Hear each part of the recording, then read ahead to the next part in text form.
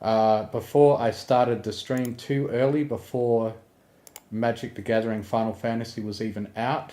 So I guess I just talked about Final Fantasy for 30 minutes as sort of a pre-show.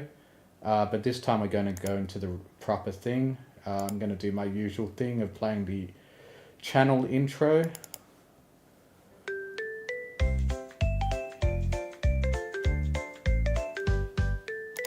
It's the Mystery Pony Fiction Channel. Mystery. Also available as a podcast on Spotify.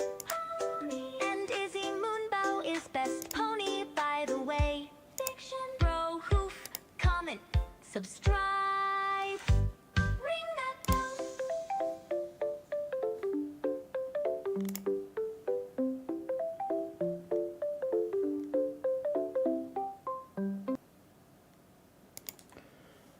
Okay. Now, I believe that I just launched MTG earlier, and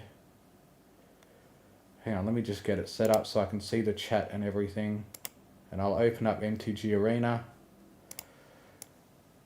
and it actually did a download, and it looks like it's going to give me all the stuff that I bought a little bit before midnight. So now we can get started in the real thing. So I've got a Garland card back that I've acquired here. I'm going to keep using my, was that X-Death? I'm going to continue using my VV card pack, card cover.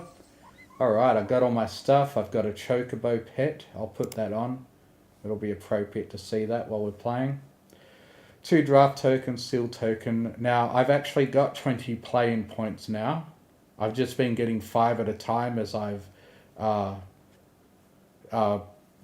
mastery. I don't even know what these do, but I finally have enough of them to do something apparently. Alright, I'll put the Cloud Strife card back.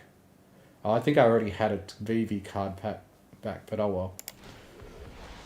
And I got Cloud Strife. I'll set that as my default. I've currently got it as Asterion from Baldur's Gate 3. 50 normal Final Fantasy card packs and 5 gold card packs. And I got a couple of cards that I'm getting as part of the purchase of the packages. So Noctis, Prince of Lucis. 1 white, blue, black. Human Noble. Lifelink. You may cast artifact spells from your graveyard by paying 3 life in addition to paying their other costs. If you cast a spell this way, that artifact enters with a finality counter on it. A finality counter, if a permanent with a finality counter on it would go to the graveyard from the battlefield, exiled instead. Many sacrificed all for the king, so must the king sacrifice himself for all. 15.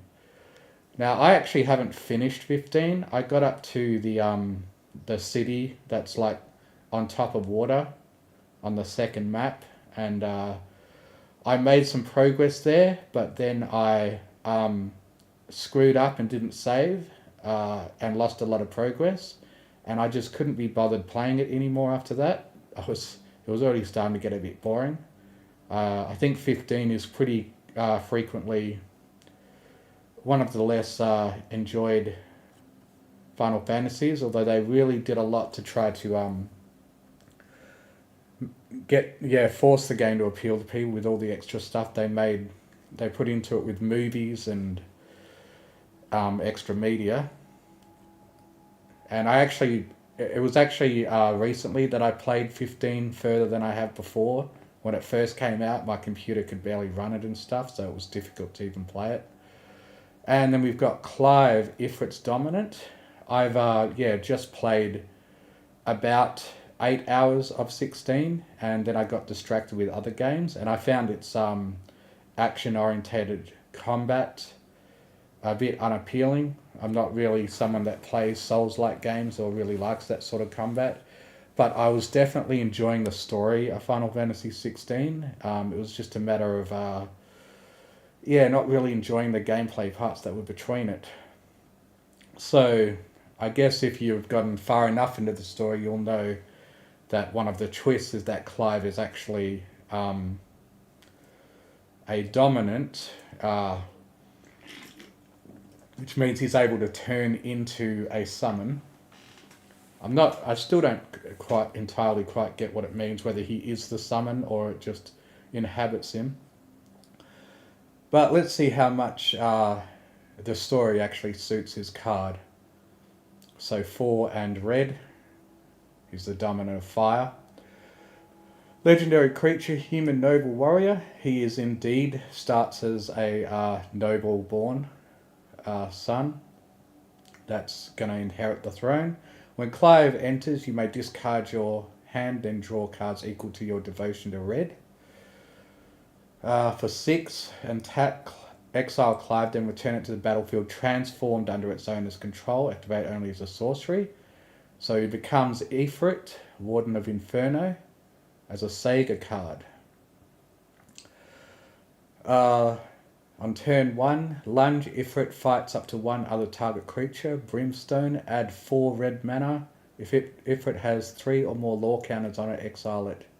Then return it to the battlefield front face up. Let the flames burn within you. No, let them burn without. Okay, so... Alright, I get to start with this Terra card. Terra is definitely one of my favourite characters in Final Fantasy, and 6 is probably the second best Final Fantasy game besides 7. I'd say 7 is the best one, and then 6 is second. Terra Magical Adept, red and green, because yeah, I guess she is primarily a fire wizard, although she can, get other types of magic, and yeah, she's very much attuned with nature. Legendary creature, human wizard warrior. When Terra enters, mill 5 cards. Put up to 1 enchantment card milled this way into your hand. Okay, cool. So she can and transform. 4 red, green. Tap, exile Terra, then return it to the battlefield transformed under its owner's control. Activate only as a sorcery. Esper Terra as a Saga. Create a token as a copy of target non-legendary enchantment you control. It gains haste if it's a Saga. Put up to 3 law counters on it. Sacrifice it at the beginning of your next end step. And then on turn 4... Wow, so you can create a token of 3 enchantments over 3 turns. And then add a whole bunch of mana and exile Terra. Return it to the battlefield front face up. So is it... So I guess it turns back into Terra then. After being Esper Terra 4 turns. I think that's how it works. And of course we got the classic Kefka Court Mage from 6. One of the only villains to actually win in the game. So 2 blue, black, red. I guess that's appropriate colours for an evil wizard. Legendary creature, human wizard. Whenever Kefka enters or attacks, each player discards a card. Then you draw a card for each card type amongst cards discarded this way. 8. Each opponent sacrifices a permanent of their choice. Transform Kefka. Activate only as a sorcery. Kefka, Ruler of Ruin. His final boss form. Legendary creature, Avatar Wizard. Flying. Whenever an opponent loses life during your turn, you draw that many cards. Whew, okay, that looks like it could be pretty insane. Alright, Vivi or Nitya. 1 blue, red. Probably one of the best characters from Final Fantasy IX. Legendary creature, wizard. For 0, add X mana in any combination of blue and or red where X is Vivi Ornita's power, or Nitya's power. I think that's how you say it. Activate only during your turn and only once each turn. Whenever you cast a non-creature spell, put a +1/+1 counter on Vivi Ornita, and it deals 1 damage to each opponent. Alright, we've already read the Noctis card. And we've already read Clive card. Okay, so those are alternates. Yeah, Dude, I've already bought it. You don't need to advertise it to me any further. So those are just different styles. I'm not sure what's different about them. Maybe they've just got the parallax effect on it. Alright, so I've claimed all those. I've got my quests ready. I wanted to make sure I had 3 quests ready to go and have my weekly rewards be as close to 0 as possible so I can get all 15. I can get 14 of them. I unfortunately did one game. But yeah, let's take a look. I'm going to have my 55 packs.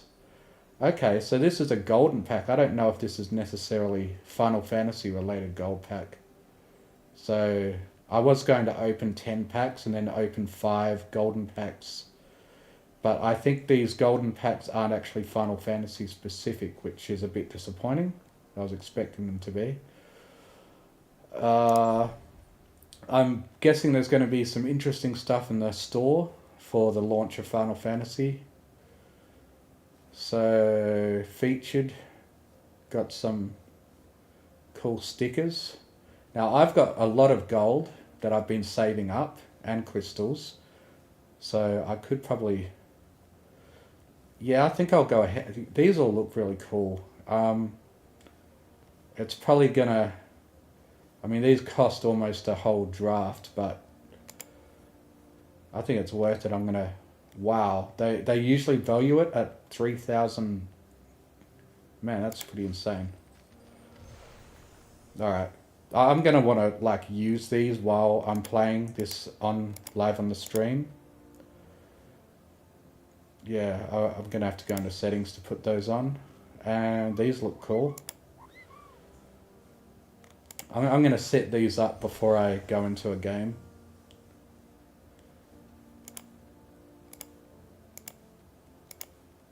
Okay. There's probably more. Emote cap reached.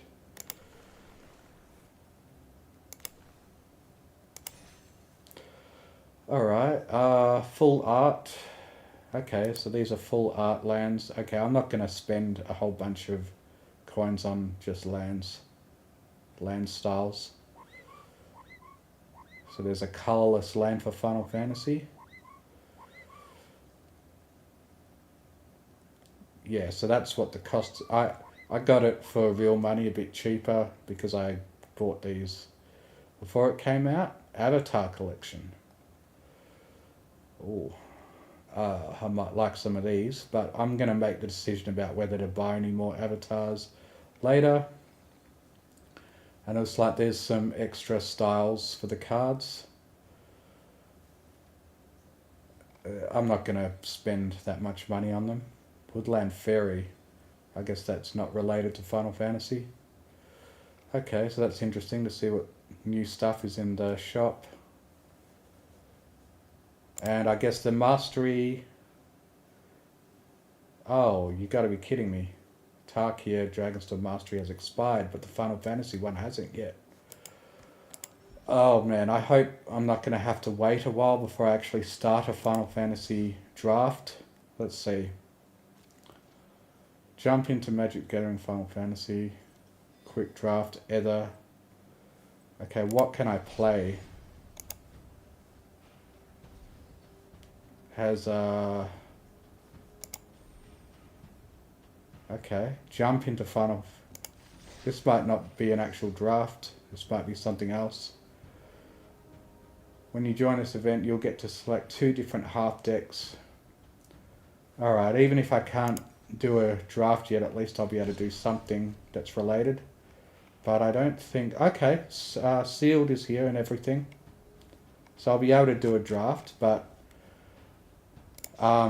unfortunately I won't be able to make progress on the Mastery yet, which is annoying.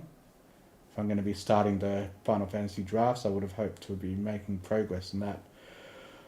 But oh well, let's start with opening some packs. I'll open 10 packs. I'll do them one at a time. And then I'll open the 5 golden packs, and hopefully they'll be Final Fantasy relevant. Alright, now I'm going to actually read the common cards. while they're the first time I'm seeing them. Iron Man, that's definitely a creature that's you pretty much see in every game. Creature Eye Horror, Flying, Death Touch, pay 3, sacrifice another creature or artifact to draw a card. If I click on it, does it get rid of the first? Okay. And the Wrath of Dark has nearly reached its zenith. No one can stop it, least of all you. Final Fantasy 3. Magic Pot, another classic creature from the game. That's in pretty much every iteration of it. When this creature dies, create a treasure token. Exile target card from a graveyard. That's very appropriate because Magic Pot is like a bonus enemy that's really hard to kill, but you get a lot more AP and experience from it usually. Lionheart. Cool. Squall's Sword. Artifact equipment for 4. When this equipment enters, it deals 2 damage to any target. Equipped creature gets +2/+1. Equipped for 2. World Map artifact. Sacrifice this artifact. Search your library for a basic land card. Reveal it. Put it into your hand. Then shuffle. For 3 and tap. Sacrifice this artifact. Search your library for a land card. Reveal it. Put it into your hand. Then shuffle. And that all costs 1 mana. I'll try to read everything on the card just in case people are just listening to this as a podcast and are not seeing the visuals. Because I know that's what I would be doing if I was listening to a stream about Final Fantasy Magic the Gathering. Galacat. Oh yeah, I'll read the blurbs too. And so their quest began, FF1. And lions are known for their great strength and pride, FF8. Magic Pot had 1. Give me Elixir, FF5. Okay. Now we've got Crystal Fragments with Eco and Dagger on the cover. Artifact equipment for 1 white. Equipped creature gets +1/+1 and 5 and 2 white. Exile this equipment, then return it to the battlefield transformed under its owner's control. Activate only as a sorcery. And equip for 1. Summon Alexander.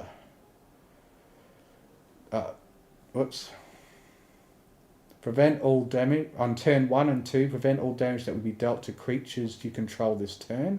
And on 3, tap all creatures your opponents control. And it's a 4/3 flying Saga Construct. That looks pretty damn powerful. Especially for an uncommon card. And my rare is Jill, Shiva's dominant. Okay. So yeah, I did get far enough into 16 to meet Jill. She's basically, yeah, the dominant of Shiva. Obviously, you can tell that much from the card. Legendary creature, human noble warrior. When Jill enters, return up to 1 other target non-land permanent to its owner's hand. 3 and 2 blue. Tap, exile Jill, then return it to the battlefield transformed under its owner's control. Activate only as a sorcery. She's a 2/2. And she becomes Shiva, Warden of Ice. On turn 1 and 2, Mesmerize. Target creature can't be blocked this turn. Cold Snap. Tap all lands your opponent's control. Exile Shiva, then return it to the battlefield front face up. I will be your monster no more. 4/5. And the blurb for it is, I'm going to help you to give you what you need to protect us all, from Final Fantasy 16. Okay, so that's the first pack. As I get into more of them, I'm going to be skipping the commons and uncommons that I've already read. But for a while, it's going to all be new. I've actually, because I wanted to have a genuine reaction on my first time playing this, I've spoiled very little to myself about what cards are in this set. So I know, I know nothing about, even the cards that I've seen, I haven't actually read properly, out of just wanting to save it for this moment. So, Airship Crash, green 2 and green. Instant, destroy target artifact, enchantment or creature with flying, cycling 2. So that's a pretty familiar one. I think I've seen that before. Just our luck to crash in this forest. It's going to get interesting. Baku, Tantalus Leader from Final Fantasy IX. Next we got Sage's North what? Okay, 1 and blue. I'm guessing this is from 14. Artifact equipment. Job select. Equipped creature gets +1/+0, has whenever this creature attacks, untap target attacking creature, and is a cleric in addition to its other types. Hagnia, equipped 3. Okay, let's see what job select is. When this equipment enters, create a 1/1 colorless hero creature token, then attach this to it. You may pay the... Okay, that's just equip. I'm not sure if it explains what job select actually does. Well, I guess it does that. When this equipment enters, create a +1/+1. A 1/1 colorless hero creature token, then attach this to it. So you're attaching this equipment to it. Okay. And its blurb is Final Fantasy 14. It just says that. It doesn't say anything. It's just letting us know it's from 14. Battle at the Big Bridge from 5. I definitely remember that event. So what? So I guess maybe spells often represent events in the game. So it's 1 black, and it's a full art card by the looks of it, which probably means it's a bit rarer. Instant, destroy target creature if it has mana value 2 or less. Revolt, destroy that creature if it has mana value 4 or less if a permanent left on the battlefield under your control this turn. And it just says FF5 for its quote. Okay. I hope it's... Oh man, has it decided to stop actually telling me what the quote is? It's only telling me what game it's from. Alright, next we got Samurai's Katana. Job select, a quick creature gets +2/+2, has trample and haste, and is a samurai in addition to its other types. Okay. So I guess a lot of equipments just can't come in as an automatic 1/1 creature with this attached to it. And then I guess when that creature dies, you can then attach the equipment to another creature. I guess that's the purpose behind these. Urasami equip 5. So I guess after it comes off the hero, that's how much it costs to... Not sure why it's mentioning the word Murasami. Alright, next we got Vane's Treachery from 12. 1 and black. Instant, kicker, sacrifice an artifact or creature. Target creature gets -2/-2 until end of turn. If this spell was kicked, that creature gets -6/-6 until end of turn instead. Okay, and it just says it's from FF12. It's not giving me a quote. I think something's glitched. Okay, this has a quote on it. Scorpion Sentinel, the classic final boss of the first reactor in Final Fantasy VII. 1 and blue, artifact creature, robot scorpion. As long as you control 7 or more lands, this creature gets +3 to attack and +0 to defense, and it's a 1/4. Next we got Battle Menu. 1 and white. Instant, choose 1, attack, create a 2/2 white knight creature token. Ability, target creature gets +0/+4 until end of turn. Magic, destroy target creature with power 4 or greater, and item, you gain 4 life. So that's a pretty cool idea for a card, making reference to the classic pointer on the menu. And my rare is Sephiroth. Okay, well, that's certainly no lore needs to be explained about that for most people, I bet. So Sephiroth, Fabled Soldier, 2, colorless and black. Legendary creature, human avatar soldier. Whenever Sephiroth enters or attacks, you may sacrifice another creature. If you do, draw a card. Whenever another creature dies, target opponent loses 1 life and you gain 1 life. If this is the 4th time this ability has resolved this turn, transform Sephiroth. And he turns over into Sephiroth, One-Winged Angel, legendary creature, Angel Nightmare Avatar, flying, Supernova. So he's 3/3 as Sephiroth, and then he's 5/5 as One-Winged Angel. Supernova. As this creature transforms into Sephiroth, One-Winged Angel, you get an emblem with whenever a creature dies, target opponent loses 1 life and you gain 1 life. Whenever Sephiroth attacks, you may sacrifice any number of other creatures if you do draw that many cards. So yeah, Supernova is a pretty cool throwback to the most epic attack he does in the final boss fight. That's basically longer than a summon and involves the entire solar system being destroyed via Supernova. And then that attack only does like 7,000 damage to you. Oh yeah, I like how when you hover over new packs, it plays a song based on that set. So it's going to play a little Final Fantasy tune there. Let's see if you can actually hear it. I'll just bring this up to see what the volume's showing as. You can probably barely hear it, but I don't want to have the volume too high. And then if I go to another set, it'll have a different tune to suit that set. I wonder what Ether Drift sounds like. Ether Drift was the one set that I almost considered coming back to Magic for, because it was a pretty unique idea of it being a racing version of Magic. Alright, let's open the next pack.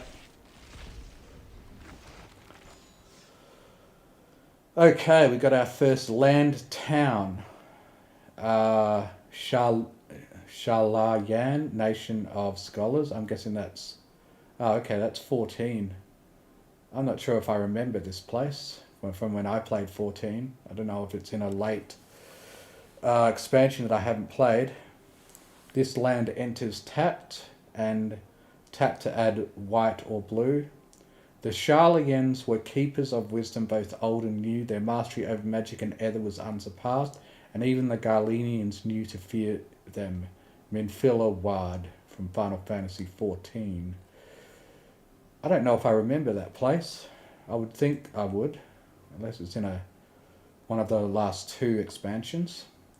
Alright, next we got Ice Magic for 1 and blue. Instant tiered. So you can either cast it as Blizzard for 0 extra mana, return target creature to its owner's hand, Blizzara for 2. Target creature's owner puts it on their choice of the top or bottom of their owner's library. And Blizzard Gar for an extra 5 and blue. Target creature's owner shuffles it into their library. Cool.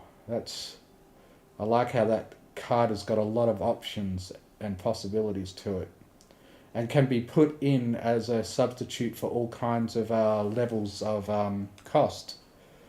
So you can put it in as just a 2-cost card, but if you still get it in your hand later in the game, you can take advantage of it as a more powerful spell. I mean, I think things like that are going to make a lot of the cards in this set more powerful than anything that has come before, because yeah, you're going to get these cards that have decent low cost effects, but then have high cost effects as well. And there's probably not going to be any reason to put just a basic return target creature to its owner's hand.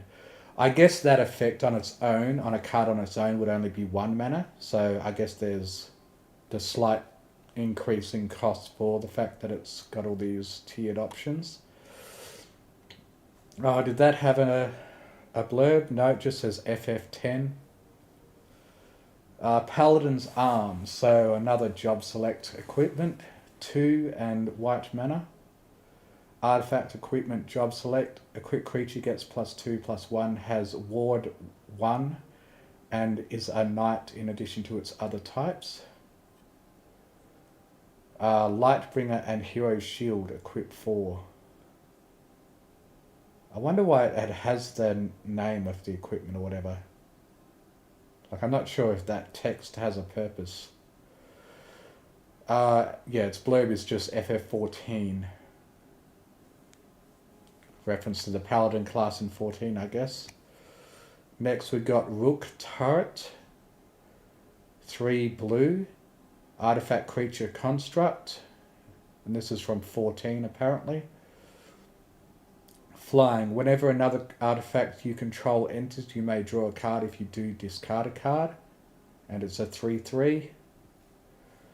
Its quote is, "'Tis unfortunate that many Ishgardians cannot appreciate the practicality of my work."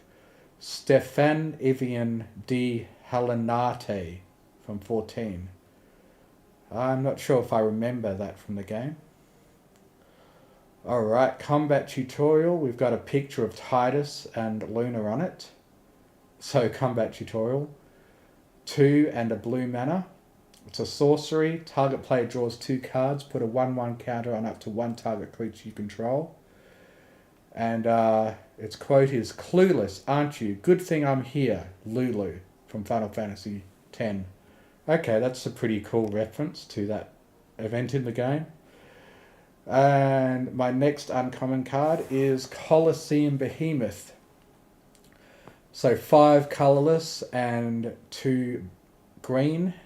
Creature beast.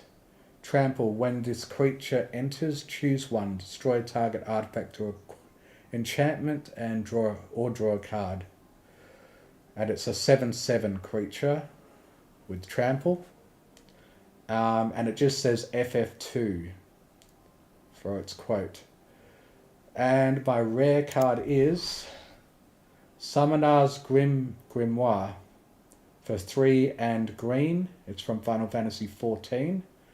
I hope 14 isn't overrepresented in this set. I hope there's a decent spread of every franchise. I think it looks like every job select card is from 14, I think. So, artifact equipment, job select. Equipped creature is a shaman in addition to its other types and has whenever this creature attacks, you may put a creature card from your hand onto the battlefield. If that card is an enchantment card, it enters tapped and attacking. Abraxas, equipped 3. Alright. Fourth, this is my 4th pack. Insomnia Crown City, land town. This land enters taps and taps for either a white or a black. Its quote is, "I need only know that you are ready to leave home behind," said King Regis. "Don't know about you, but I'm as ready as I'll ever be," replied Noctis from Final Fantasy 15. We got Paladin's Arms again, which I've already read. Okay, next uncommon card is Vanille, Cheerful IC, for 3 colourless and green mana. I'd say that 13's probably the FF game that I found the most forgettable. Legendary creature, Human Cleric. When Vanille enters, mill 2 cards, then return a permanent card from your graveyard to your hand. At the beginning of your first main phase, if you both own and control Vanille and a creature named Fang Fearless IC, Lassie, I'm not sure how it's pronounced. I think they say Lassie in the cutscenes. You may pay 3 colourless, black and green. If you do, exile them, then meld them into Ragnarok Divine Deliverance, which is when you flip the card over, becomes Ragnarok Divine Deliverance. Legendary creature, Beast Avatar. It's a 7/6. Vanille was just 3/2. It has Vigilance, Menace, Trample, Reach, and Haste. When Ragnarok dies, destroy target permanent and return target non-legendary permanent card from your graveyard to the battlefield. And its quote is just saying that it's from Final Fantasy 13. Alright, I got another land town here. This is Rabanasta Royal City. This land enters taps and it adds a red or a white. The town proper of Rabanasta is divided into 4 sections by the cardinal directions of the compass, the east and western merchant districts, the streets lined with shops and stalls of every description, from Final Fantasy XII. And next we got a legendary artifact, Lunatic Pandora, 1 mana, and then for 2 mana and tap you can surveil 1, and for 6 mana and tap you can sacrifice Lunatic Pandora, destroy target non-land permanent. And its quote is, inside the Lunatic Pandora is this thing called a crystal pillar. It calls monsters from the moon. Zeldinkt, Final Fantasy VIII. Okay, so reference to the event of the creatures falling from the moon in 8, that's pretty memorable. Alright, I've got an uncommon card which is Freya Crescent for 1 red mana. Legendary creature Rat Knight has jump. During your turn, Freya Crescent has flying. And then tap to add red mana. Spend this mana only to cast an equipment spell or activate an equip ability. And this is just a 1/1 creature. Okay. Pretty good representation of the character, I guess. Obviously a dragoon that jumps. And its quote is, we live not to forget our past, but to learn from it. Final Fantasy IX. And my rare for this pack is Atia and Priwen. This is another card from 14. I'm feeling that 14's a bit overrepresented so far. It costs 6 mana, legendary artifact equipment. Equipped creature has base power and toughness of XX, where X is your life total, and it has equip 5. So it looks like there's a lot of equipment in this set. Does it have a quote? The pinnacle of perfection, forged from blood, sweat and tears. Geralt Blackthorn, Final Fantasy XIV. Man, there's a lot that I don't seem to remember from 14. It's been a long time since I played it. And 5th pack. There's still a lot of cards I'm seeing for the first time. Fate of the Suncrist for 4 mana and white. Instant. This spell costs 2 less to cast if it targets a tapped creature. Destroy target non-land permanent. I should move that behind this. Anyway, what was I saying? Yeah, so its quote is, you would have me destroy the Empire. Is this my duty? Is this what you want? From Ashelia Benagan Dalmasca from FF12. That's not really an event that I remember that clearly from 12.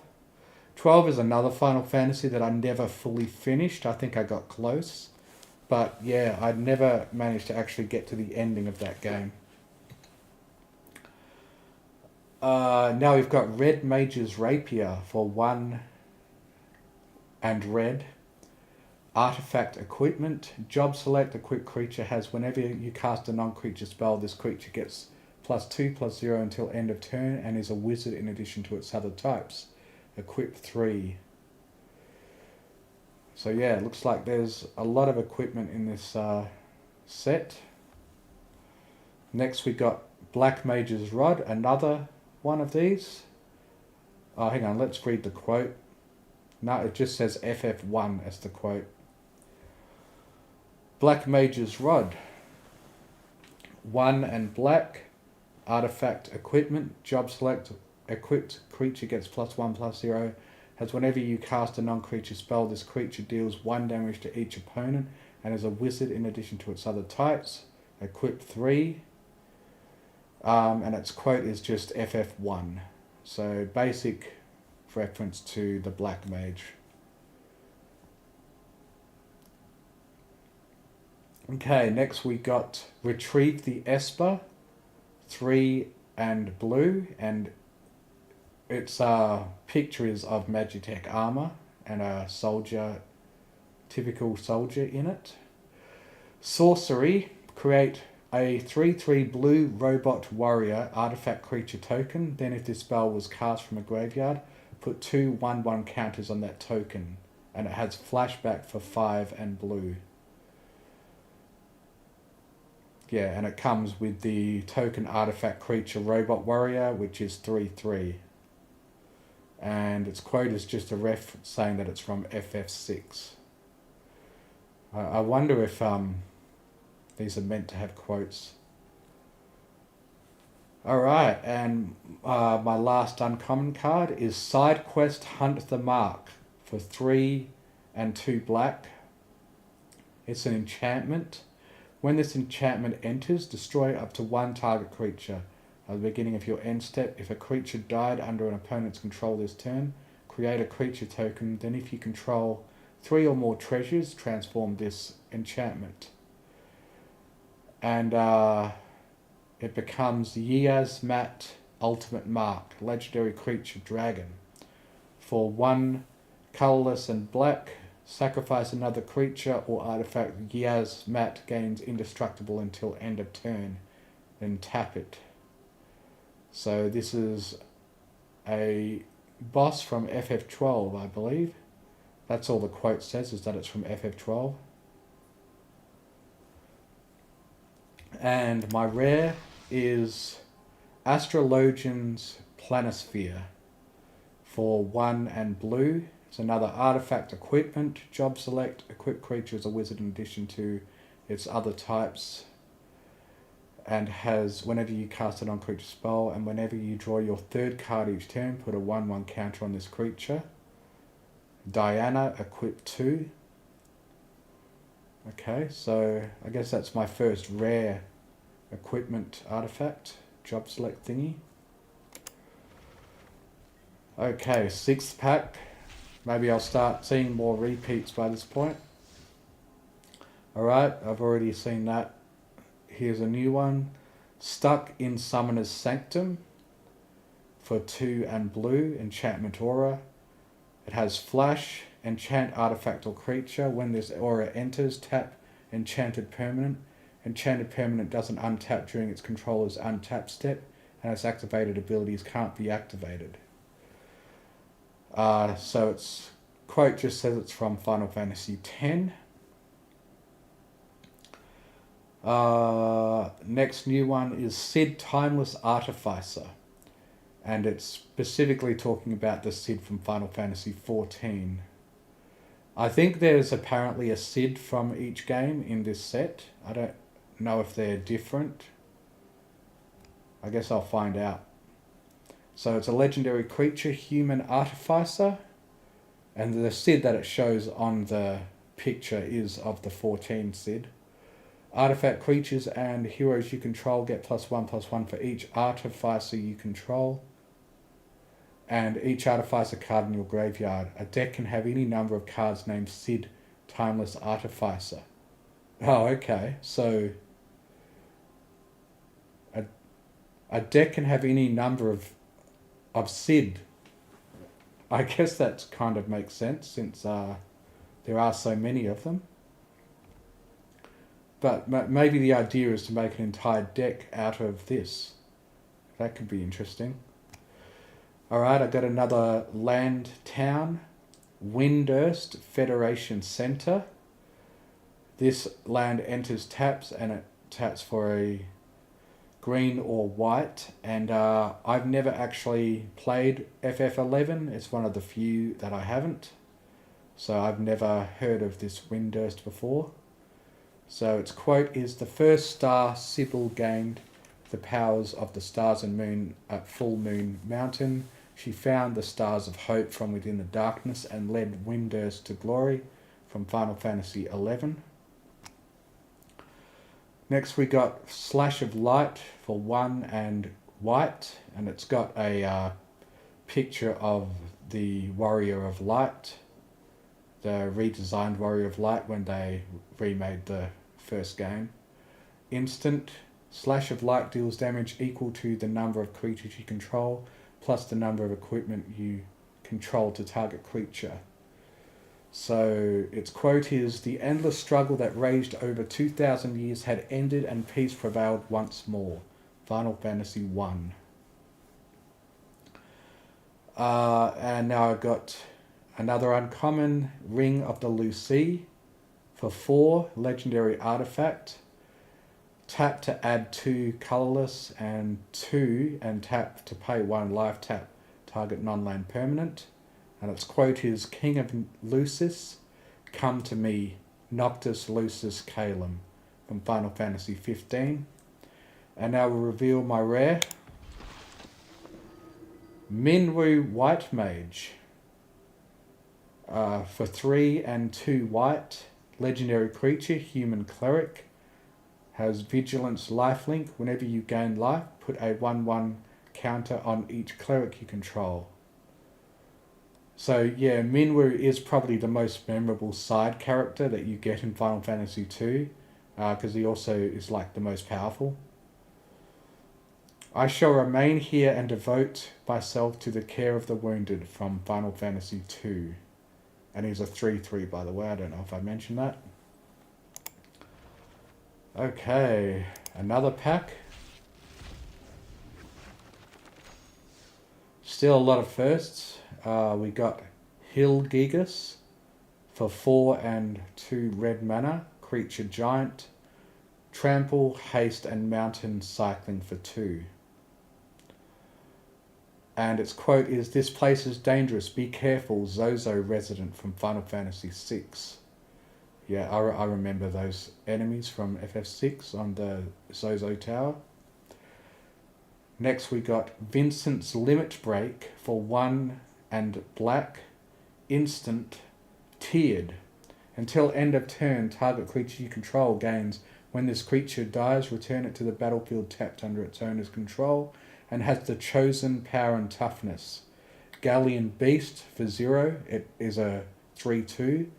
Death Gigas for 1 is a 5/2. And Hellmasker for 3 is a 7/2. And its quote is just FF7. This next one is called a bonus sheet. I think bonus sheet just means it's a full art card. I'm not sure if there's a non-full art version of this card. So we got Vanadiel Adventurers for 2 and blue. Laboratory Maniac. Creature Human Wizard. If you would draw a card while your library has no cards in it, you win the game instead. Oh!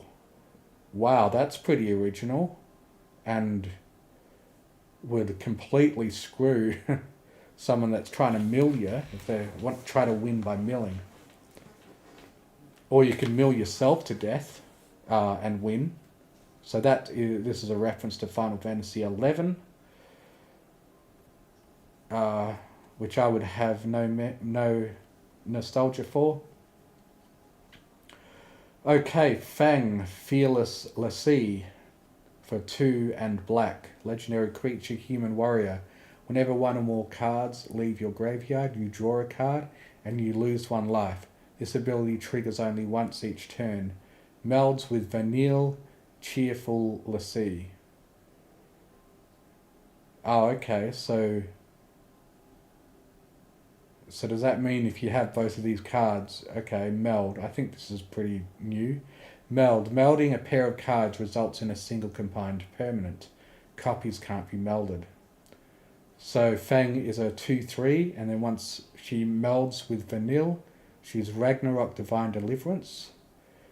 Vigilance, Menace, Trample, Reach, Haste. When Ragnarok dies, destroy target permanent and return target non-legendary permanent from your graveyard to the battlefield, and is 7/6. Its quote is, "If I don't figure out our focus soon, Vanille's gonna be a Seeth. I'll tear down the sky if it'll save her," from Final Fantasy 13. Man, it's been so long since I played 13 that I don't even remember what a lot of these weird words that they use in the game mean anymore. I've forgotten what Lassie means. I've forgotten what Seeth is. I guess it's not just that it's been a long time since I played 13, but also the fact that its story just didn't stick in my mind as much. It didn't feel as interesting.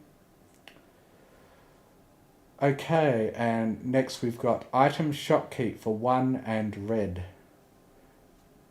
Creature, human, citizen. Whenever you attack target, attacking equipped creature gains menace until end of turn. 2/2. And its quote is, "What can I do for you?" Final Fantasy 3. And uncommon Sega card. Summon G.F. Ifrit for 2 and red. As this Sega enters and after... okay, we know what Sega does. So turn 1, you may discard a card. If you do, draw a card. That happens turn 2 as well. And then on turn 3 and 4, add 1 red mana. And it's I think a Sega creature is different than usual. I think that's something new to this set, a creature that's also a Sega. And its quote is, not bad for a human, and it has 3/2, and it's from Final Fantasy VIII.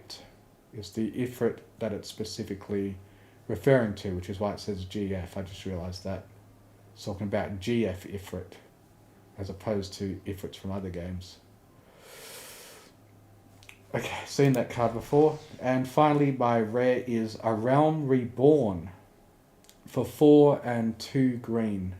Enchantment. Other permanents you control have tapped, add 1 mana of any colour.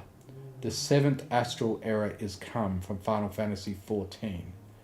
So I guess that is a reference to the original failed MMORPG they released that they shut down after 2 years and relaunched the game as A Realm Reborn. I guess that's a pretty cool reference to 14, but I feel like 14's been a bit overrepresented. I'm going to open 3 more packs, then I'm going to open 1 of the golden packs to see if it is relevant to Final Fantasy. Okay, a new card, Syncopate for X, colourless, and blue mana. Instant, counter target spell unless its controller pays X. If that spell is countered this way, exile it instead of putting it into its owner's graveyard. And its quote is, "Your eyes, they burn with resolve, beautiful," from Final Fantasy X. And it's got a picture of Seymour as the art. Next we got Lucky Cole for 1 blue and black. Legendary creature, human rogue, death touch, lifelink.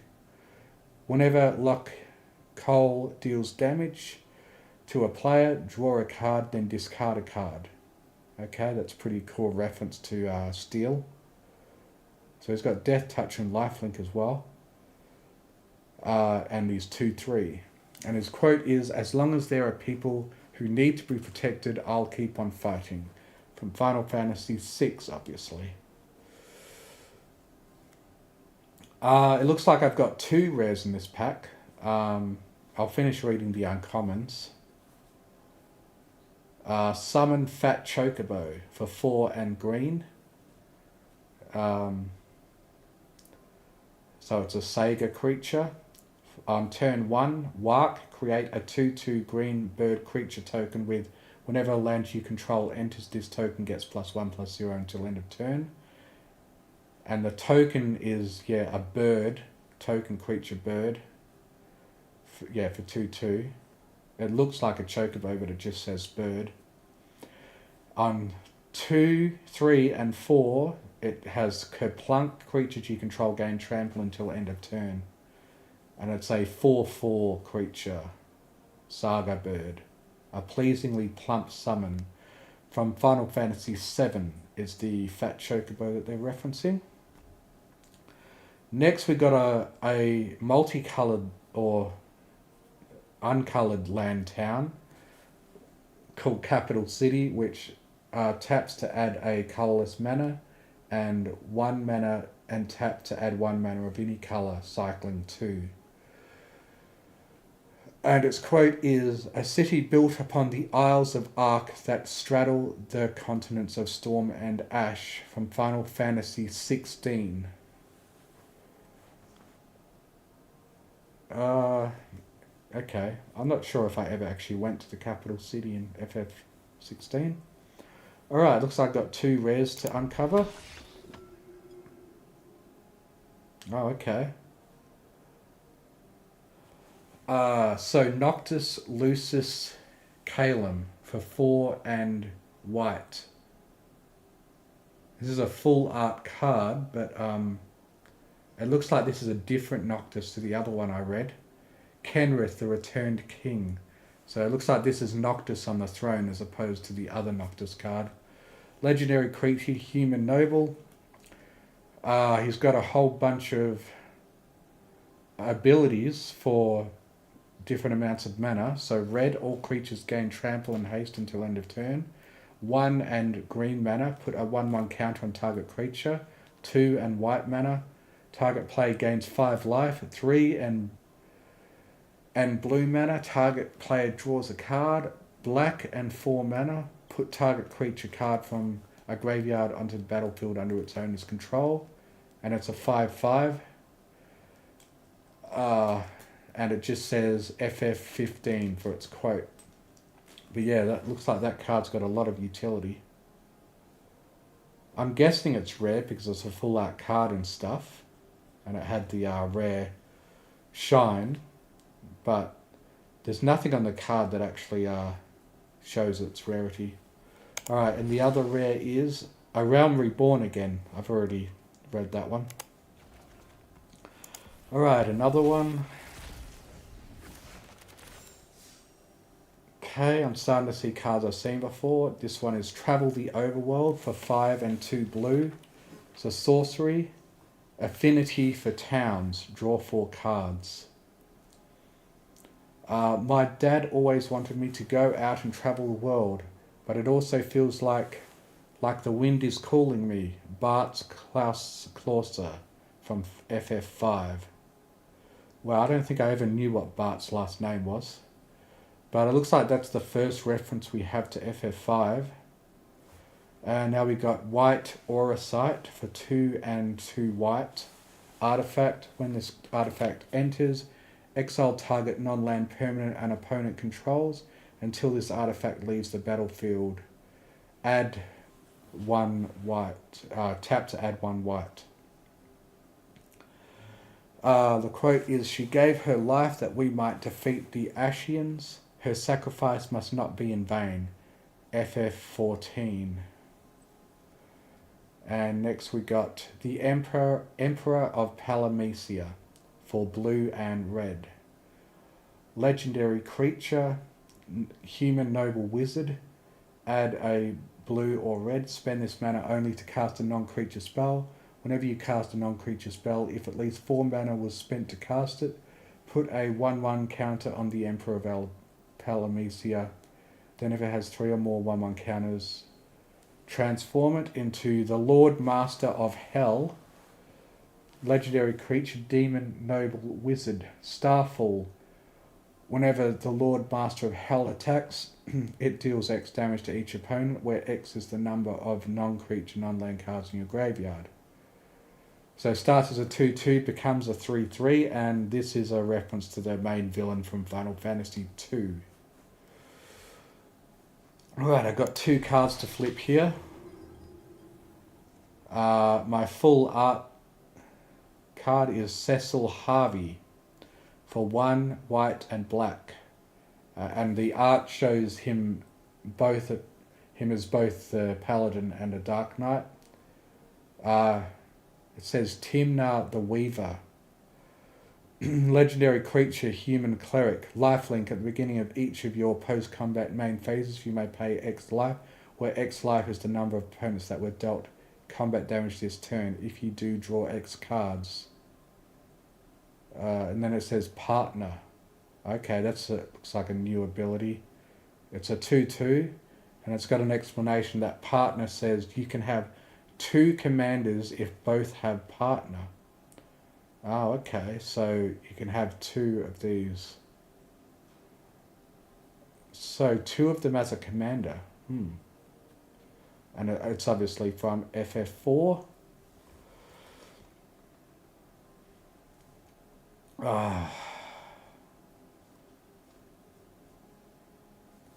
Okay, and my rare to flip here is Moogle's Valor for 3 and 2 white, instant for each creature you control. Create a 1/2 white Moogle creature token with lifelink. Then creatures you control gain indestructible until end of turn. And it has a token creature Moogle with lifelink 1/2. Alrighty then. Let's get through another one. Okay, summon Choco/Mog for 2 and white. It's got 4 stages to the saga, and it's all Stampede. Other creatures you control get +1/+0 until end of turn. Enchantment creature Saga Bird Moogle, Walk Kupo, 3/3. And it's a reference to Final Fantasy VII. Next we got Sabotender. 1 and red. Creature plant. Reach. Landfall. Whenever a land you control enters, this creature deals 1 damage to each opponent. And it's a 2/1. These strange ambulatory cacti are commonly found in the Altipa desert of Kuzot's region, and little regarding their way of life is known to science, from FF11. I wonder why I don't recognise it. Next we got Adventurers Inn, is a land town that's colourless. When this land enters you gain 2 life and tap to add a colourless. Its quote is, "Welcome, we have rooms for 200 gil a night. Would you like to stay and rest your body and mind? Innkeep, Final Fantasy III." That's our first reference to Final Fantasy III. Okay, next card is Dreams of Laguna for 1 and white. And it's got a picture of all 3 of the, it's got Kyros and Ward and Laguna. Instant, surveil 1, then draw a card. Flashback 3 and a blue. And its quote is, "Don't go back on your word. Come on, go wave to her," for FF8. So yeah, the art is a reference to when they're in that bar and the Ward and Kyros are encouraging Laguna to go talk to the girl. And appropriately, the next card is Renoa Heartilly for 3 green and white.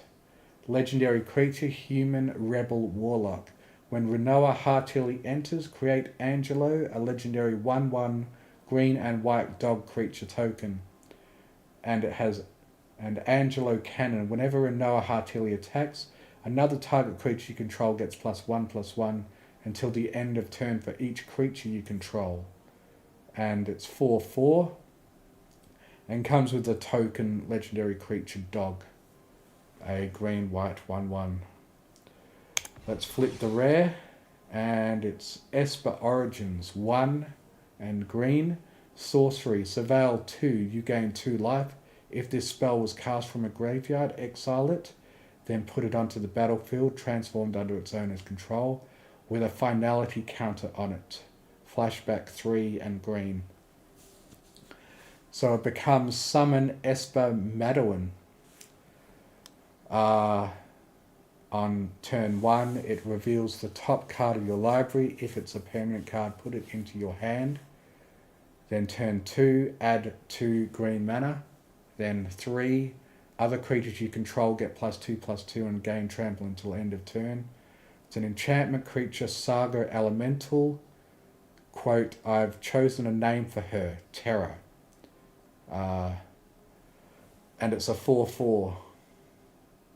And its quote is just that it's from Final Fantasy VI.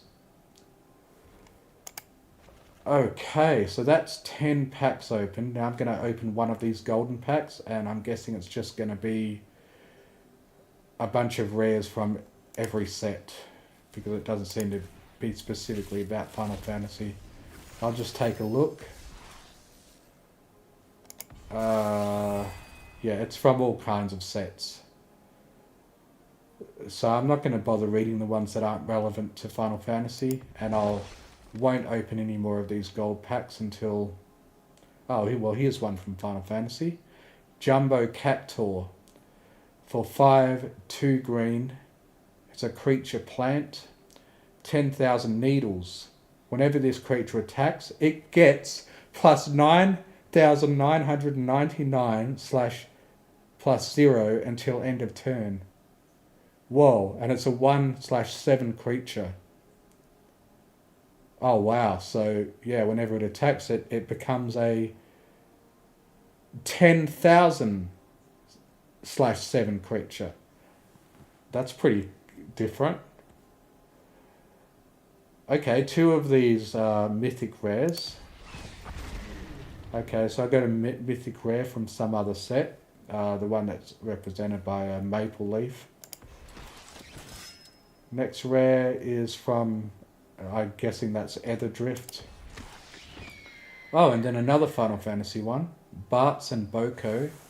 For 3 colourless and 2 green mana. Legendary creature, human bird. Affinity for birds. When Bartz and Boko enters, each other bird you control deals damage equal to its power to target creature an opponent controls. And it's a 4/3. And I'll flip this last one. Oh, okay. The last one happens to be... It looks like these gold cards, this golden pack is weighted in favour of being Final Fantasy. So it's Absolute Virtue for 6 colourless, a white and a blue. Legendary creature, Avatar Warrior. This spell can't be countered. Flying, you have protection from each of your opponents. Whoa. And it's 8/8.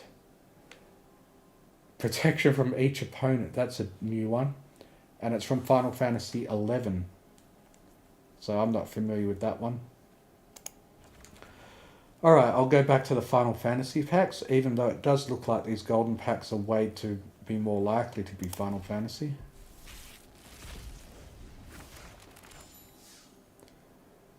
I would kind of like to take a break from opening packs here and go play a draft, but the problem is Actually, playing a draft might be a good idea. Because if I play a draft and I get a bunch of Final Fantasy cards in a draft, then the packs I open will all be cards that I haven't... I don't know, which way would I'd be better off? I think it would be good to play a draft, because then the cards I get in these packs will all be new ones, because you can't get more than 4 of a card. Okay. Let's read the cards from this pack and then I'll decide. Crossroads Village, a land town. This land enters tapped. As it enters, choose a colour. Tap, add 1 mana of the chosen colour. And then we've got a bonus sheet, Newfound Adventure, Farseek, for 1 and green. Sorcery, search your library for a plains, island, swamp or mountain card. Put it onto the battlefield tapped, then shuffle. And this is from Final Fantasy 14, apparently.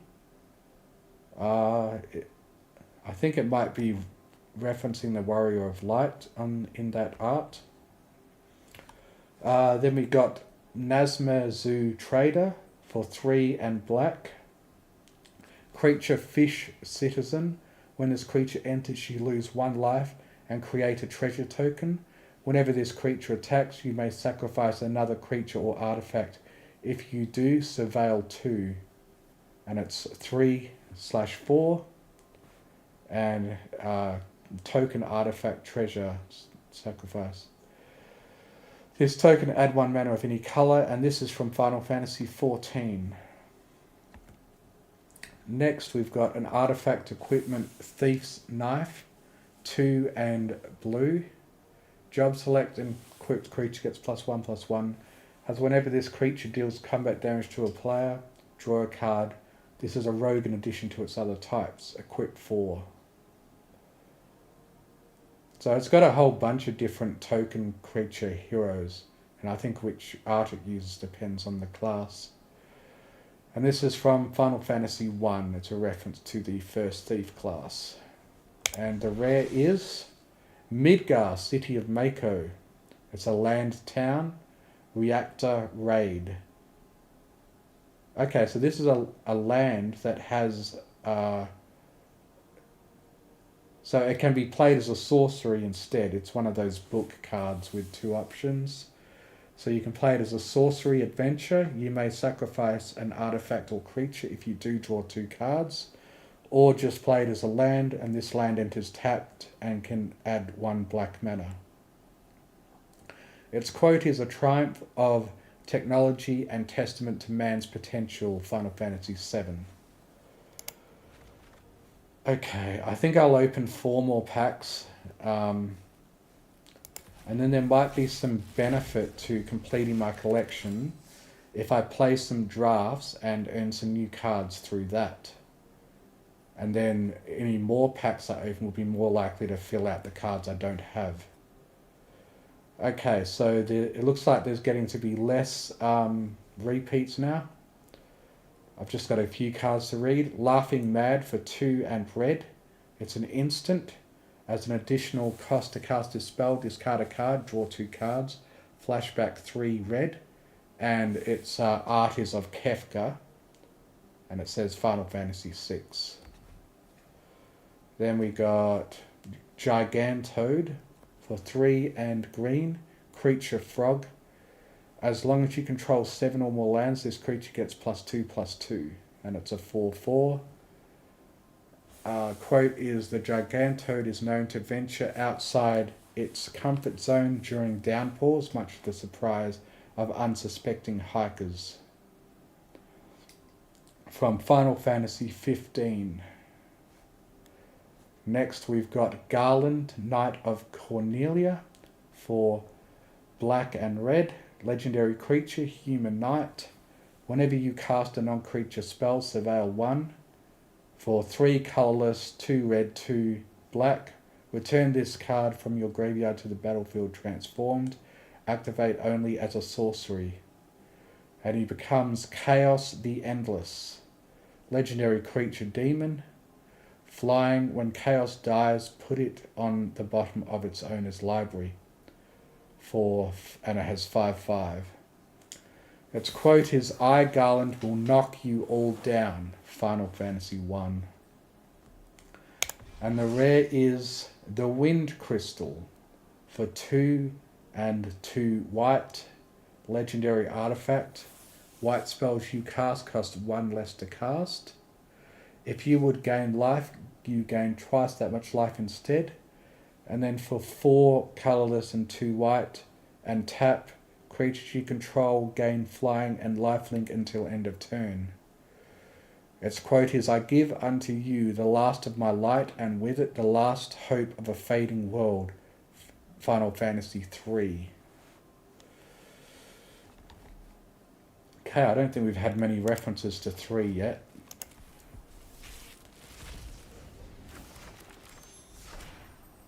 Still getting a fair few new cards. Undercity Dire Rat for 1 and black. Creature Rat. Rat Tail. When this creature dies, create a treasure token. Okay, Rat Tail is a reference that I was reminded about when I was listening to the No One Should Know About This podcast, where those guys play Final Fantasy games. And yeah, it reminded me that there's like a reference to the rat tail in every game, just like there's a reference to Sid in every game. The rat tail's usually some super rare item that has no purpose, or very little purpose. And its quote is, I finally worked out how to get the door on the left side open. I hope there's something in there besides rats. Kite, street urchin from Final Fantasy 12. But yeah, I think rat tail is... apparently it's something that can be found in every Final Fantasy game ever since 1. The first one, even the first one had a rat tail. Next we got Pristy's Wanderings for 2 and a green. instant. Search your library for a basic land card or town card, put it onto the battlefield tapped, then shuffle. When you search your library this way, put a 1/1 counter on target creature you control.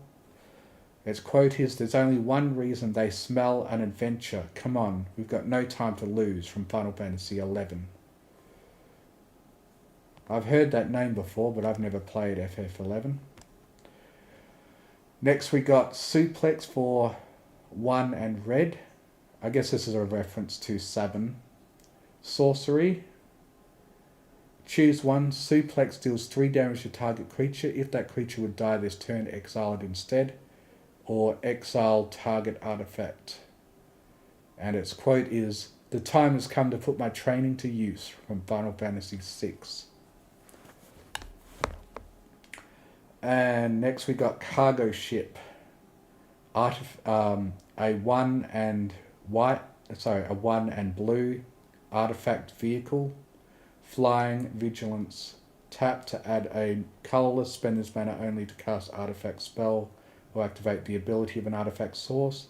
Crew 1, and it's a 2/3. Its quote is just that this is a reference to FF9. Okay, so the rare card I've unveiled is Cecil Dark Knight for a black. I guess this is separate to the other Cecil card I found. It's a legendary creature, human knight, death touch, darkness. Whenever Cecil deals damage, you lose that much life. Then if your life total is less than or equal to half your starting life total, untap Cecil and transform it. And it's a 2/3, and it becomes Cecil Redeemed Paladin. Legendary creature, human knight, lifelink, and has protect. Whenever Cecil attacks, other attacking creatures gain indestructible until end of turn. And it's a 4/4. Its quote is, "I suppose this is my fate as a dark knight. Soon I won't even feel remorse for my actions." Final Fantasy IV. Next pack.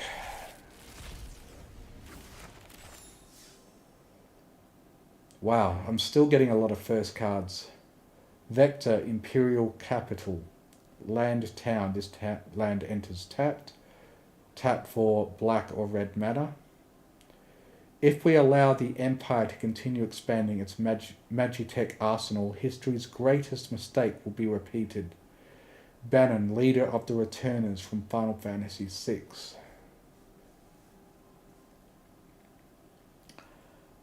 Mycedian Elder for 2 and red. Creature, human wizard. When this creature enters, create a 0/1 black wizard creature token. With whenever you cast a non-creature spell, this token deals 1 damage to each opponent. 1/3. And its quote is, "Perhaps this is a test and you must prove yourself worthy." FF4.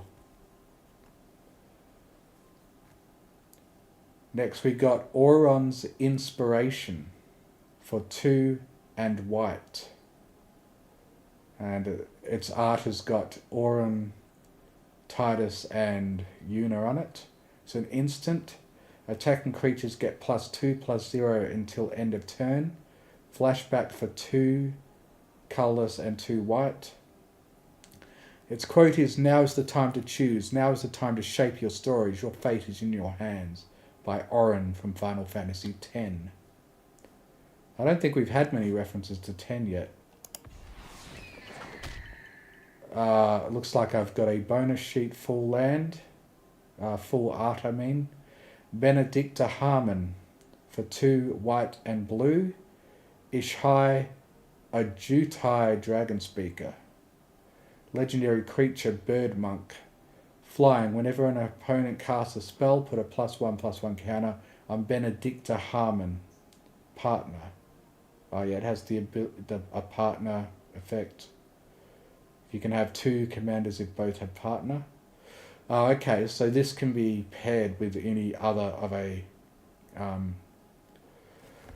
commander that has, yeah. And as herself, she's just a 1/1. instant ramen for 2, artifact food, and it's got a picture of Gladiolus eating ramen. It's a flash. When this artifact enters, draw a card, 2, and tap. Sacrifice this artifact, you gain 3 life.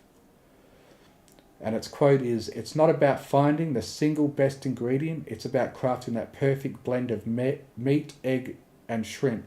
That harmony of flavors is key." Final Fantasy 15. And now we got Coral Sword for a red artifact equipment. Flash, when this equipment enters, attach it to target creature you control. That creature gains first strike until end of turn. Equipped creature gets +1/+0, equip 1, and this is from Final Fantasy 5. Rare card, the Regalia. 4, colorless, legendary artifact vehicle. Haste, whenever the Regalia attacks. Reveal cards from the top of your library until you reveal a land card. Put that card onto the battlefield tapped, and rest on the bottom, and the rest on the bottom of your library in a random order. Crew 1, and it's a 4/4. Tap any number of creatures with total. Okay, and it's from Final Fantasy 15, obviously. Okay, one more pack, I think. Oh wow, still nearly all firsts. Baron, Airship Kingdom, Land Town. This land enters tapped. Tap to add a blue or red. The advent of the airship marked the realization of Baron's dreams, but also the birth of its militarism. Final Fantasy 4. Next we got Hectize, 1 and black, creature ooze horror. When this creature attacks, each opponent discards a card, 1/1. Its quote is, "Once the creatures of hell poured forth into the world, they entered using a path known as the Jade Passage. Hilda, Princess of Finn." Final Fantasy 2. Got a full art card here. Vayne, Curadas Soldier. Vayne, Curadas Solidor for 1 and green. Finn, the Fangbearer. Ugh.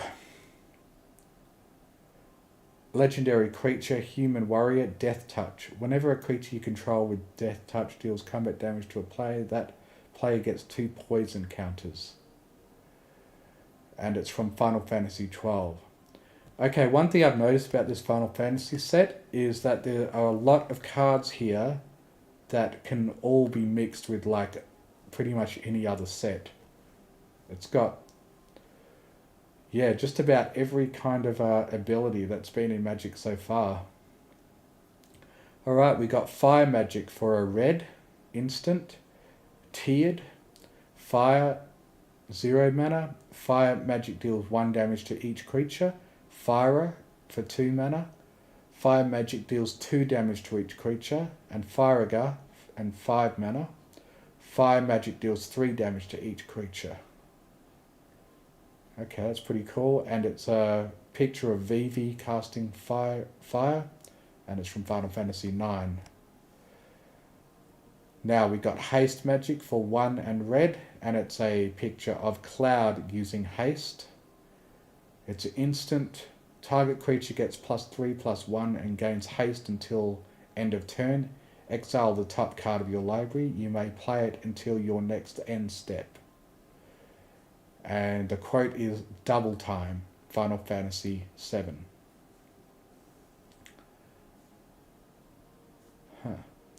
Magitech Infantry for white. Artifact creature, robot soldier. This creature gets +1/+0 as long as you control another artifact. And it's got 2 and white. Search your library for a card named Magitech Infantry. Put it onto your battlefield tapped, then shuffle. And it's 1/1.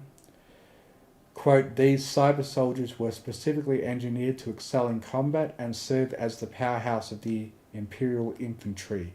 Final Fantasy 15. Okay, when it said Magitech, I was assuming it was going to be a card about 6. Now, for some reason, this Rydia, Summoner of Mist, is showing that I've already gotten it before, but I don't remember doing that. It's red and green, legendary creature, human shaman. Landfall, whenever a land you control enters, you may discard a card. If you do, draw a card. Summon, X, and tap.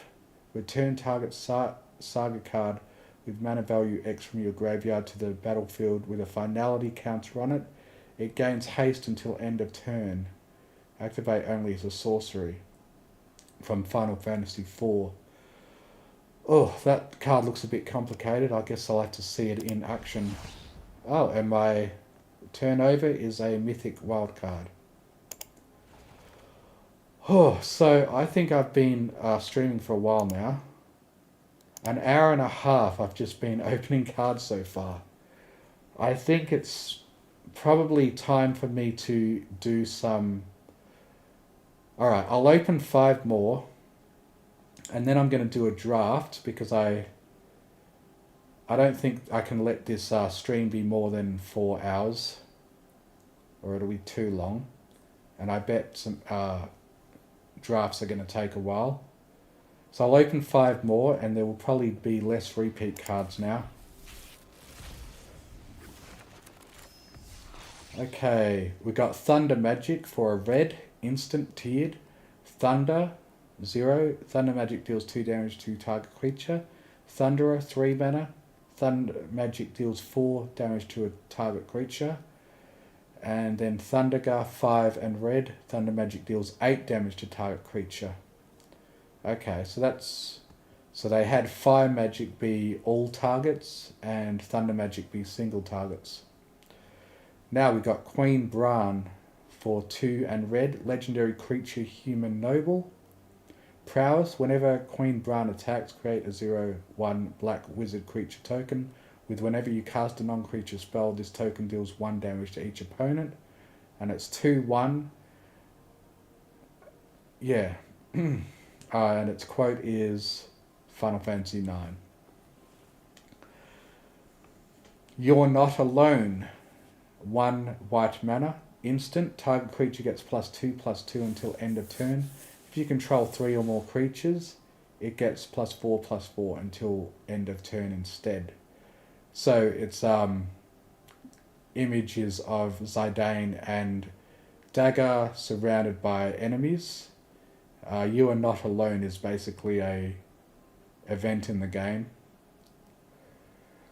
You've always protected us, but you still don't understand that we looked out for you too. Dagger, Final Fantasy 9. And then we got Realm Sketching, 2 and blue, 2 blue. Sorcery, create a token that's a copy of target artifact, creature, or land. In her pictures, she captures everything: forest, water, light, the very essence of the things she paints. Final Fantasy 6. And let's flip the card. Balam Garden, Seed Academy, land, town. This land enters tapped. Tap to add green or blue. 5, green and blue. Tap, transform this land. This ability costs 1 less to activate for each other town you control. And it becomes Balam Garden Airborne, legendary artifact vehicle. Flying, whenever Balam Garden attacks, draw a card, crew 1, 5, 4. Okay. 4 more. Still a lot of firsts. Man, this set seems bigger than I thought. Iron Giant, 7 colorless, artifact creature demon, vigilance, reach, trample, 6/6. The Iron Giant is both hostile and powerful, using a giant blade to fell its foes. The mere mention of its name strikes fear in the hearts of drivers who know how perilous the roads are at night. From Final Fantasy 15. But of course, Iron Giant has been in just about every game, I believe. Monk's Fist for 2 colorless, artifact equipment. Wait, so you're making an equipment out of a fist? That kind of doesn't make sense. Artifact equipment job select. Equipped creature gets +1/+0 and is a monk in addition to its other types. Equipped 2. So I guess when the hero dies, another creature gets that dead hero's severed fist, is I guess what they're saying there. Okay, now we've got Blazing Bomb for a red creature elemental. Whenever you cast a non-creature spell, if at least 4 mana was spent to cast it, put a 1/1 counter on this creature. Has an ability blow up, tap, sacrifice this creature, it deals damage equal to its power to target creature, activate only as a sorcery. 1/1, and this is from Final Fantasy IX. Phantom Train, 3 and black mana. Artifact vehicle. Has trample, sacrifice another artifact or creature, put a 1/1 counter on this vehicle. It becomes a spirit artifact creature in addition to its other types until end of turn. And it's a 4/4. And I'll flip the rare, and it's just a rare wild card, which is good. That means I can make it any rare I want.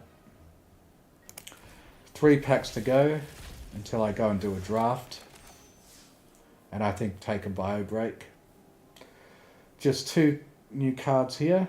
A Promise Fulfilled, a full art card of Squall and Renoa about to hug. 2 and red, sorcery, Spectacle, red.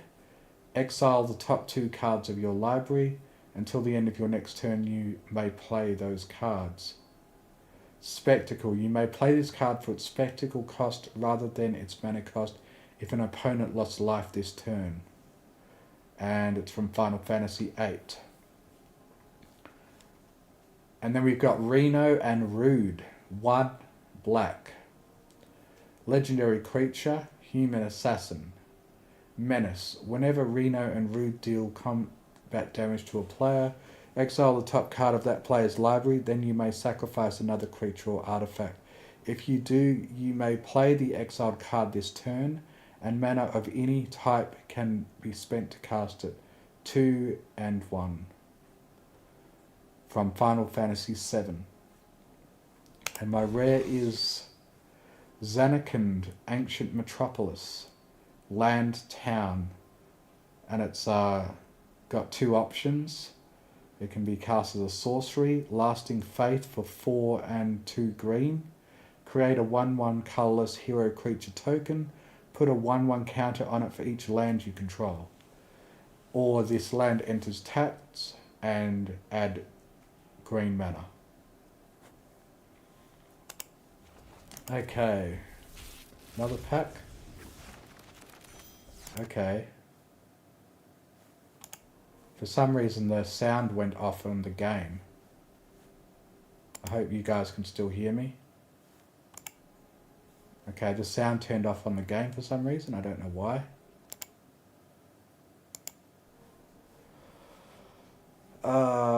Search for the Frozen Esper. Oh, that's pretty cool. The art is actually the 16-bit graphics of when Terra and the 2 Magitech knights encounter the Esper frozen in ice. And it's kind of different to see the 16-bit graphics. Search for the Frozen Esper, 1 green, Nature's Claim.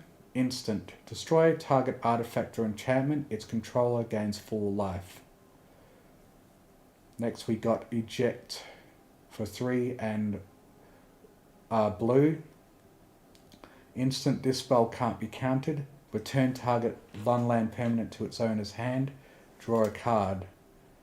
And this is from Final Fantasy VII, and its image is of Aerith getting knocked back by Midgard Zorma. Ugh. My throat's starting to get sore from talking too much. Okay, flipping over my rare card, it's Sin, Spearer's Punishment for 4, black, green, and blue. Legendary creature, Leviathan Avatar. Flying. Whenever Sin enters or attacks, exile a permanent card from your graveyard at random. Then create a tapped token that's a copy of that card. If the exiled card is a land card, repeat this process. And it is 7/7. Okay, one more. Okay, just 2 new cards this time. I'm probably starting to get doubles. Sephiroth's Intervention for 3 and black, and it's the iconic scene of Sephiroth coming down from the sky to do you know what. Instant. Destroy target creature, you gain 2 life. And the quote is, "Fate is not to be taken lightly, Cloud," from Final Fantasy VII. And now we got Summon Anima for 4 colourless and 2 black. On turn 1, 2, and 3, Pain. You draw a card and lose 1 life. And then turn 4, Oblivion. Each opponent sacrifices a creature of their choice and loses 3 life. It's an enchantment creature, Saga Horror, with Menace 4/4. And my rare card for this pack is the Masamune for 3 colourless, and it's a picture of Sephiroth with his classic long blade. Legendary artifact, Equipment. As long as equipped creature is attacking, it has first strike and must be blocked if able. Equipped creature has, if a creature dying causes a triggered ability of this creature or an emblem you own to trigger, that ability triggers an additional time. Equip 2. Okay. I'm probably getting a bit tired of talking now. I'm going to take a bio break and then I'm going to do a draft because I think it will actually be beneficial to do some drafts and obtain cards that way before I get them all from packs, because the cards I get in a draft, the game will stop giving me more of a card once I have 4 of it, so I think it will be beneficial to get some of those completed through draft, because if I have every card of the Final Fantasy set before I start doing drafts, then I will be getting a lot of cards that won't be adding to my collection. So, and plus I'm getting tired of reading out cards. So I'm going to take a quick bio break. First I'm just going to close this and relaunch it to see if I can solve it not having sound all of a sudden.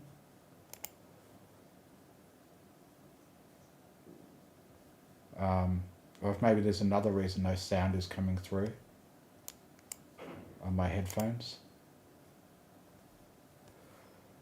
Let's see if I can get sound from another source, like opening my... Oops, what am I... Oh, I hate it when I accidentally click on things I don't even want to be on my freaking bar. Like Edge. That happens a lot with Edge. I hope the servers aren't overloaded. Okay, I'm not getting sound in the game. What's going on? Can I get sound when I open something else? Because what I planned to do was I was going to play a set of cool songs in a reading that I have coming up that I thought turned out really well. And it's not playing. Okay, what's going on with my sound? Oh, what a pain in the butt. Should be getting the sound through my headphones. I'll unplug and replug in my headphones.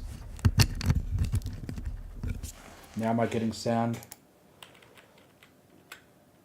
I've got a tale to tell of a war so I don't know what's going on. I was going to have you guys listen to something while I take a... Okay, I can't hear it, but you guys can apparently. That's annoying.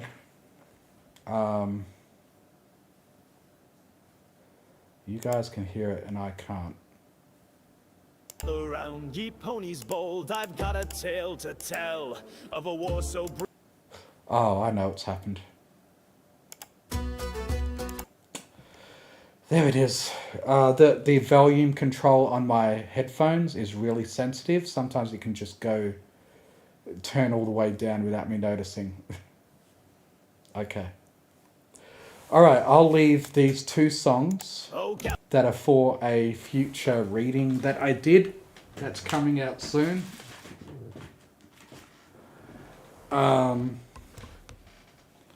That is currently in production, but I've made all the music for it, and I just thought the two songs that it came up with as the song about the fic turned out really well.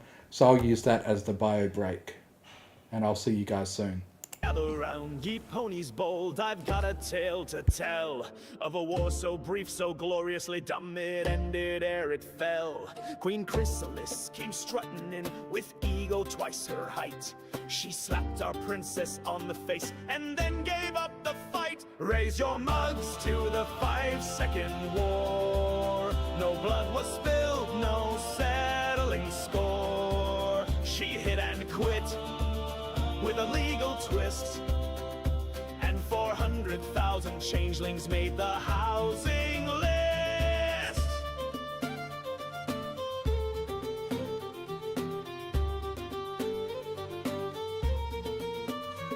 She brought her crown, she brought her laws, she brought her ancient claws, declared that every bug she led had fought and earned applause. Each one struck themselves, she said, the rules are crystal clear.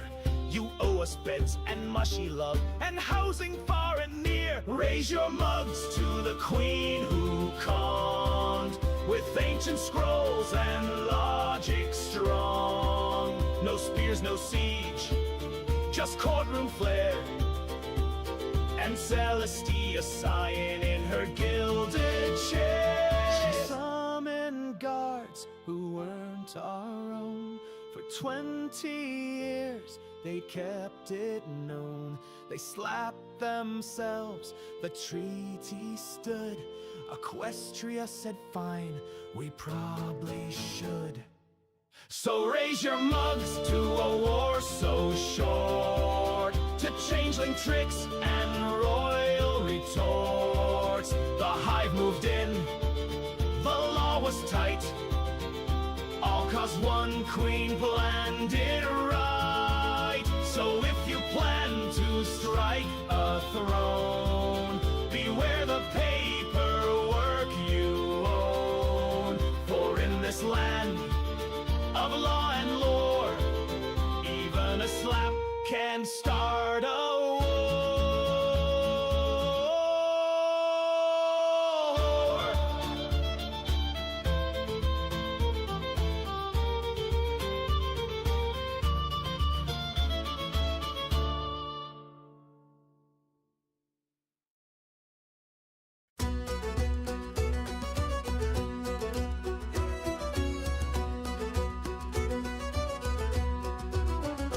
Gather round, ye ponies bold, I've got a tale to tell of a war so brief, so gloriously dumb, it ended ere it fell. Queen Chrysalis came strutting in with ego twice her height. She slapped our princess on the face and then gave up the fight. Raise your mugs to the 5-second war. No blood was spilled, no settling score. She hit and quit with a legal twist, and 400,000 changelings made the housing list. She brought her crown, she brought her laws, she brought her ancient claws, declared that every bug she led had fought and earned applause. Each one struck themselves, she said, the rules are crystal clear. You owe us beds and mushy love and housing far and near. Raise your mugs to the queen who conned with ancient scrolls and logic strong. No spears, no siege, just courtroom flair, and Celestia sighing in her gilded chair. common guards who weren't our own. For 20 years they'd kept it known. They slapped themselves, the treaty stood. Equestria said, fine, we probably should. So raise your mugs to a war so short, to changeling tricks and royal retorts. The hive moved in, the law was tight, all 'cause one queen planned it right. So if you plan to strike a throne, beware the paperwork you own. For in this land of law and lore, even a slap can start a war.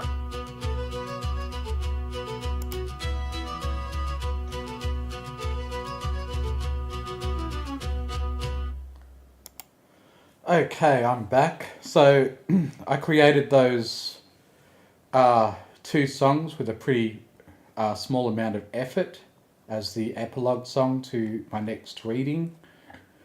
And I just think it turned out really, really awesome. And things are just getting insanely... Like, Suno is just getting insanely good. It now allows you to edit basically anything you want and recreate like any portion of a song, and you can even pull out stems, separate stems for vocals, drums, bass, and more. I haven't experimented with this feature before. I've just read about it, and it's just unbelievable what Suno is able to do now. And since I've been a subscriber to Suno and been making use of it as a tool since version 3, when you'd have to just accept what it gave you and you wouldn't be able to edit it at all, you just have to keep spending credits and constantly re-rolling the song. It's just unbelievable that if there's anything you don't like about the result now, you can change it. And I haven't had enough time or interest in necessarily getting that deep into it. I just use this as a tool to quickly make a song based on the prompt that I give it, as a quick extra bonus thing to add at the end of each fanfiction reading. And that's all I use it for. But if I really wanted, I could really get deep into creating a custom song if I wanted to. And yeah, it's just pretty amazing how far Suno has come in the year. I think it's been a year since I first subscribed to it.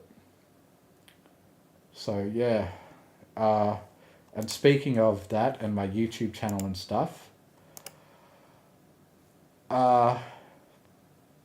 it would be awesome if you guys could consider becoming a member to the channel. Where do I access it?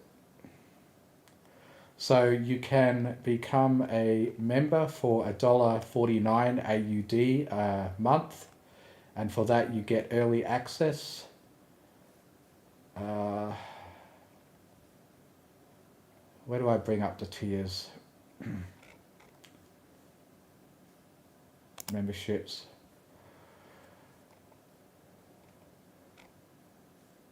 Levels. So yeah, for $1.49 you'll get early access to new videos. So as soon as I've uploaded them, you will be able to watch them. Whereas for other users, I'll only make them public every Wednesday and Sunday.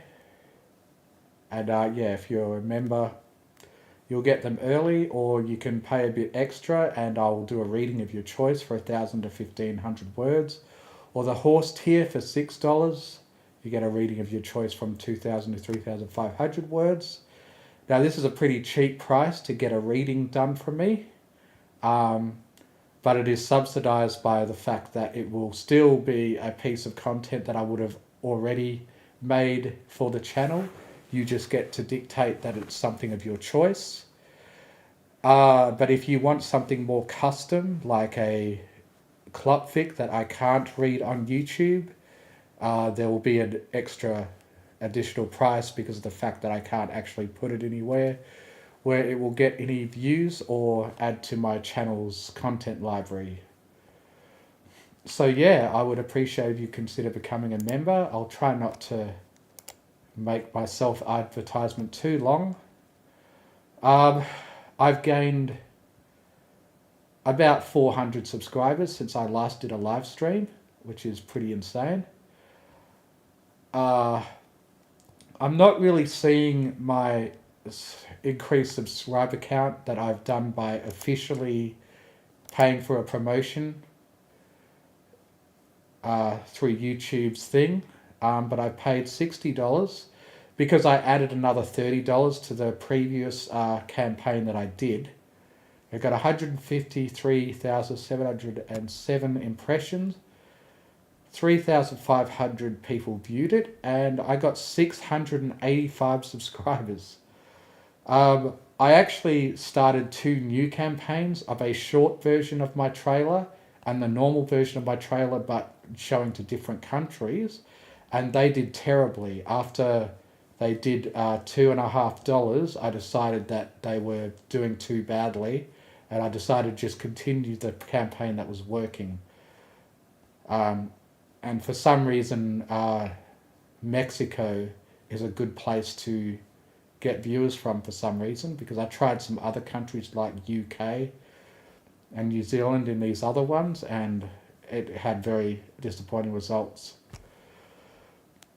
So I'm probably going to keep doing this for like $30 each month, and I could be at 10,000 in not much time. But anyway, you guys don't want to hear about that. You want me to get back to Magic the Gathering.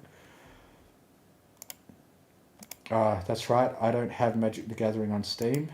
I've got it in its independent application.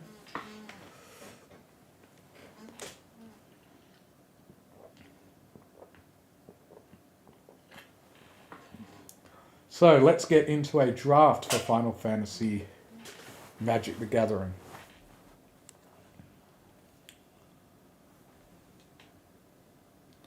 Have I got audio on? Okay, I can hear it. Is the Mastery Pass open yet? Okay, good.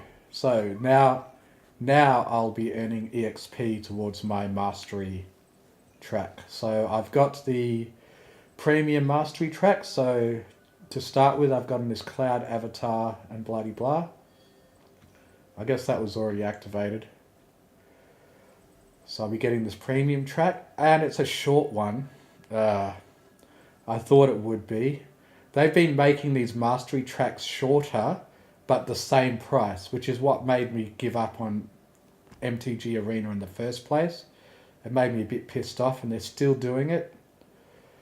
Having short season passes for the same price, which is, yeah, I see that as, yeah. It used to be twice the size or even 3 times the size. How long will this one last? I don't think it shows how long. Let's see what the orb thingy looks like. See if it's got a shape. Oh yeah, it's the point buy thing.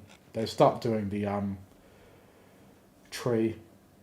But yeah, this is just cosmetics I'll get as a bonus as I complete. Oh, there it is. 48 days I have to complete this thingy-majig.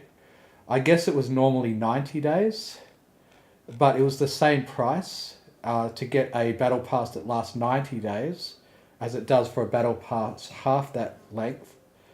But it's the same price, which is how Magic the Gathering Arena is starting to do more to rip people off.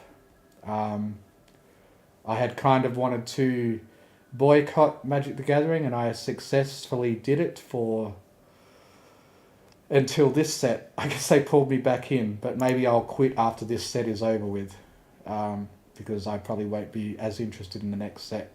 So anyway, there's that explained. I just want to quickly get some emotes set up. Where do I do that again? Is it here? No. How do I set up my emotes and things? Oh, profile. Okay.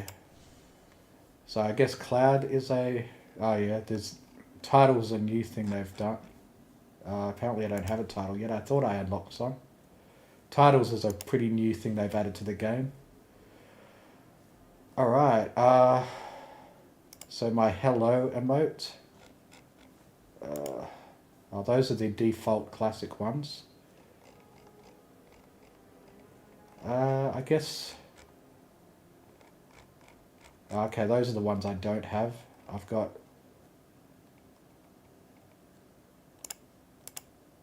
Man, I've really got 15. Oh yeah, I've still got some from the previous sets. So I'll disable these. So I can have them all be Final Fantasy ones.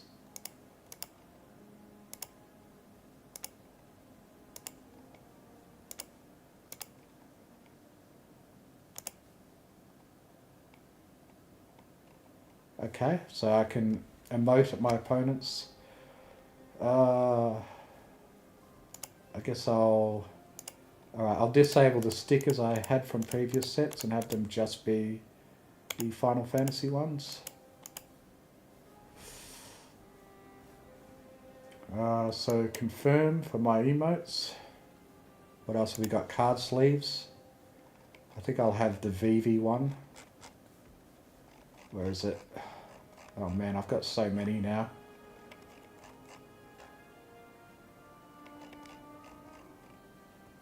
I actually, it's a shame that I missed the Baldur's Gate 3 set. I think I just wasn't paying attention when that came out. I would have played during the Baldur's Gate 3 set if I knew it was happening. Alright, I think Vivi is a good card back to use as my default. And that should be all set up. Companion. Okay, I've got the Chocobo. Okay, let's go. Let's start a draft. Hopefully I will have learned enough about the cards now that I can pick my draft options decently. And I should have a add-on enabled that will help me pick my draft. Okay, that's not a draft. Wait, what is that? I guess it would be good to have a practice game. Ready to start, yep. When you join this event, you'll select from 2 different half decks. So this will just be a game against the CPU. I think I should do this in order to have some practice with the Final Fantasy cards before I actually play against real players. And there's a high stakes. So I guess I'll go with Chocobo and weapons. Oh, okay, I'll choose one first. I'll go with Chocobo. Valiant. Devious. Artifacts. Alright, I'll have it be a mostly green deck. I'll go with Valiant. Alright, let's do this to get a bit of practice playing with this set before I go into a proper draft against real opponents. Oh, these probably are real opponents too. But there's less on the line. I've only shelled out 1,000 gold, which isn't much in this game. It's like 1/10 of a draft, the cost of a draft. Okay. Man, I haven't even seen... There's a lot of new cards that I haven't seen yet. I don't really have time to read new cards on the fly.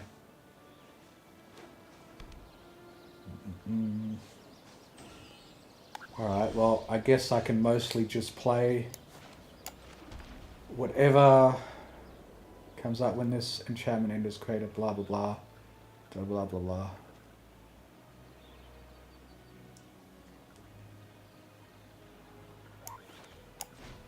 I'll put this out. I usually just end up learning how cards work through practice with them. I sometimes find it hard to visualize how a card actually works until I've seen it in action for a bit. Alright. Side quest, raise a chocobo. Or glacial greens, create a 2/2. Alright, well let's get stuff out to do with chocobos. Guess I'll play this before I play this chocobo. Other chocobo card.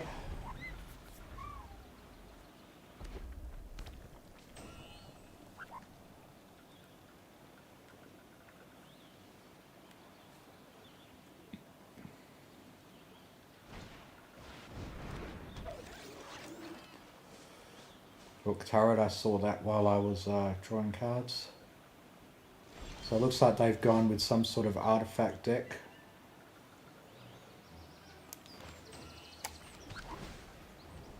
Whenever a land you control enters, this token gets +1. Okay, that's good to know.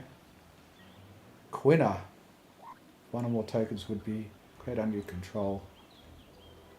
Huh, okay, well, I'll want to spend all the mana I can. It would probably be the best option to just spend the most mana I can. Alright, a 3/3. I'm going to attack, and if he wants to block it and lose his creature, so be it. Oh, he's probably going to buff it and block it. Oh, okay.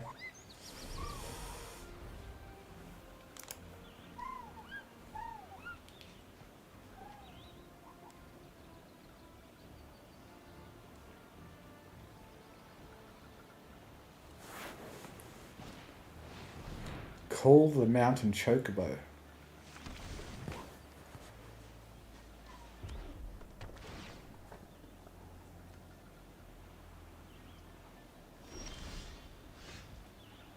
Alright.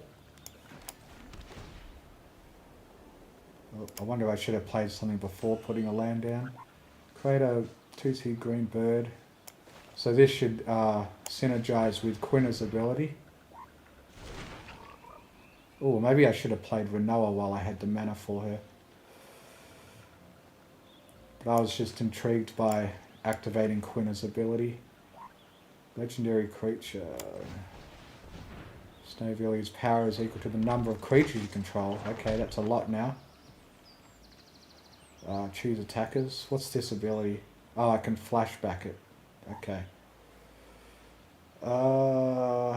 Alright, I'll just attack with the chocobo again.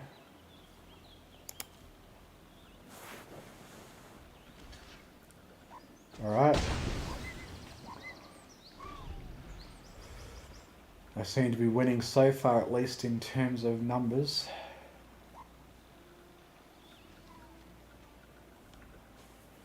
I'll play Renoa heartily next turn. Oh yeah, and I'll create another token creature with her. I'll activate Quinner's ability. Oh, what's he done? When this aura stuck in the Summoner's Sanctum. I guess it's basically a pacifism. Chocobo kick. Kicker. Return a land you control to its owner's hand. Target creature you control deals damage equal to its power. If this spell was kicked. Okay, well I don't need to kick it. I'll play this land.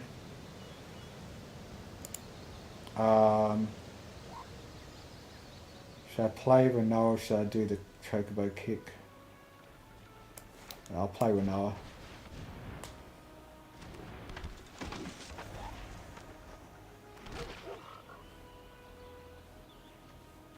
Okay. Let's attack with the chocobo again.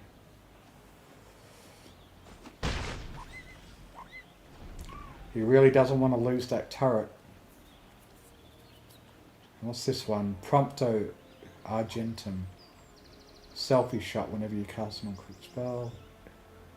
If at least 4 mana was spent to cast it, create a treasure token.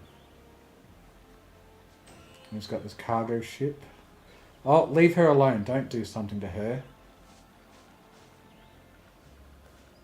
She's powerful. I'm going to be able to attack with her. Nope. Eject. Whoa. Whenever another artifact you control enters, you may draw a card. Discard a card. This spell can't be counter return target permanent non-land permanent to its owner's hand. Alright, well I'll be able to activate her ability again, or Quina's ability again, when I bring her back in. Alright. Let's cast her again, get another frog. And another Angelo.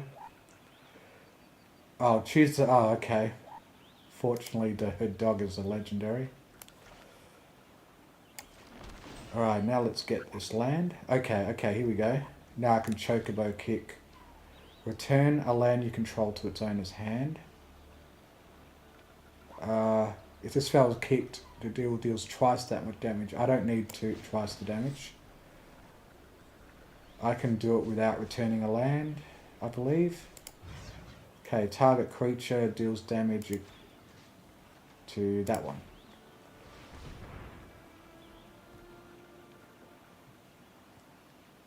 Is it going to be able to do something to stop it?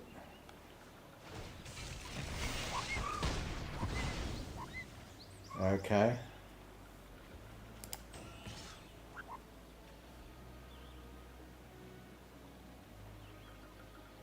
No, we'll just be able to block it with his 0-4. Won't be much point doing that. Alright, I still can't attack.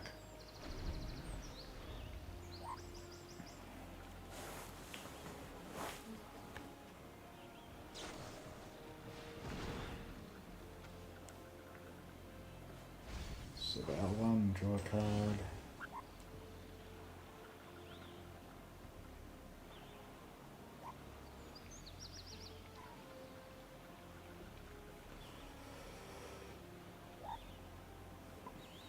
I think I've got him kind of stuck. I think I'm winning.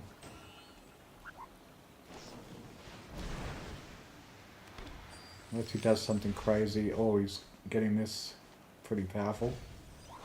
Until end of turn. So I could just block it with one frog if he attacks. Okay. And he's given up. Okay. So I've completed that objective now. Managed to get my 1 win and get my reward. Which, what was it again? Oh, I think I get to keep all the cards I got. Wow, that was pretty good value. I think I got to keep all the cards I got. Maximum number, please delete. Or maybe I didn't, I'm not sure. My reward is... Okay, an uncommon card. I don't think I got to keep all those cards. That'd be too valuable then. Alright, now it's time for the real thing, an actual draft. I'll do a draft first and then a sealed, because sealed is a lot more expensive and higher stakes. So traditional sealed, that takes too long. Premier draft. This is the one that's 10,000 or 1,500 or a draft token. Yeah, this is the one I usually go with. Standard rewards. Alrighty, hopefully I've learned enough about the cards. Do not have to sit reading everything while I'm trying to hurry and make a deck.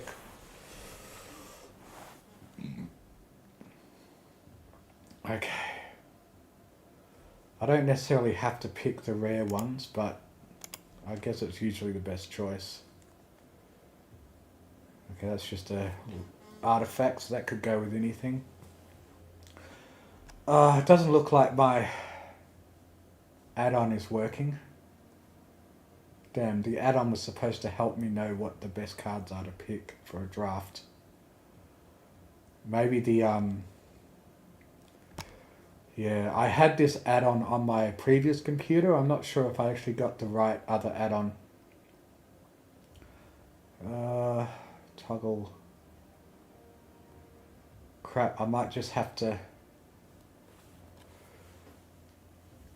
figure out what the best one to pick is by my own judgment. used to have an add-on that would give me a list of what it considers the best options. Okay. I guess I'll be going with black, because I'll just default to the rarest card. Ninja Blades. Okay, it's one of those job select ones. Make a hero a ninja. I don't really have time to read every card out when I'm under the pressure of trying to decide during a live draft pass.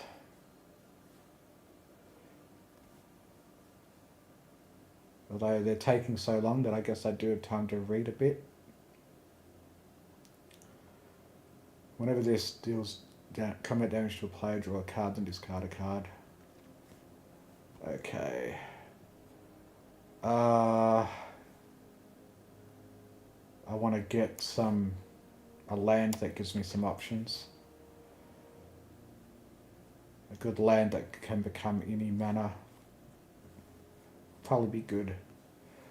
I think from what I've usually learned from when I have the add-on to help pick for me, it has a pretty heavy weighting on choosing lands early.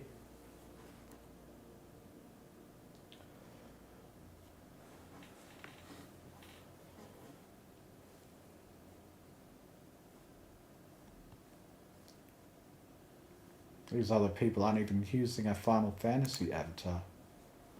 Okay. Alright, well it looks like I'm going to be focusing on black so far. Go with Dark Knight's Greatsword. That's a new one. Black and white maybe? I think that's a rare card. Zach Fair. I don't really have time to read what a lot of these do. I'm surprised there's still a lot of cards I haven't seen before. Alright, let's get this. I think I might focus on white and black, maybe a third colour. Since I've got this Crossroads Village, it will help me be able to take a third colour if necessary. Gold Saucer, oh that sounds cool.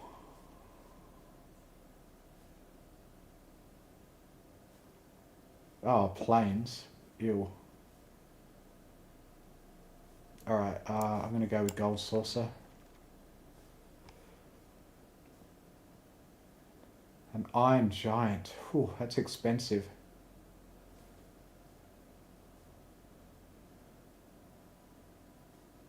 Alright, oh, some... Nah, I guess I'm going to go with another land.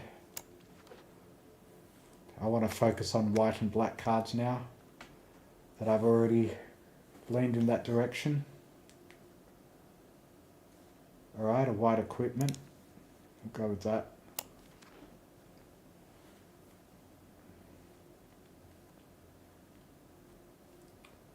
I wonder what they usually use to decide what characters associate with what colour. Probably their class. Weapons vendor. So if I get that, I'll probably want to get a lot of equipment too. I'll get that weapon vendor. That's a 4 cost.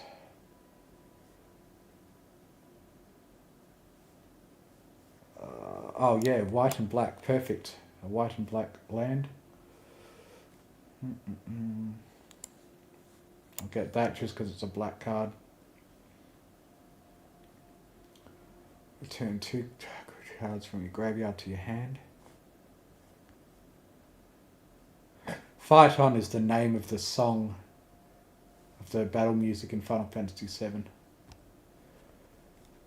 Just thought I'd mention that reference. Just hang in there. Someday we'll look back at these hard times and laugh, FF7.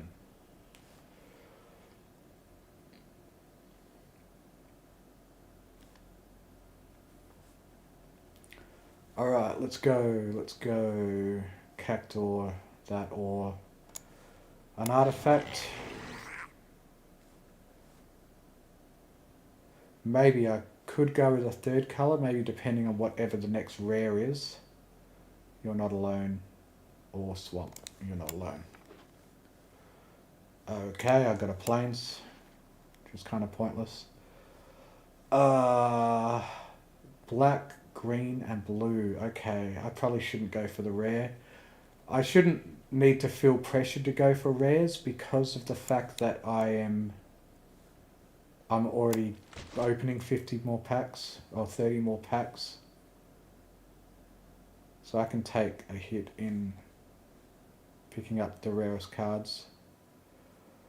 Gotta keep an eye on my mana balance and also creature to spell balance.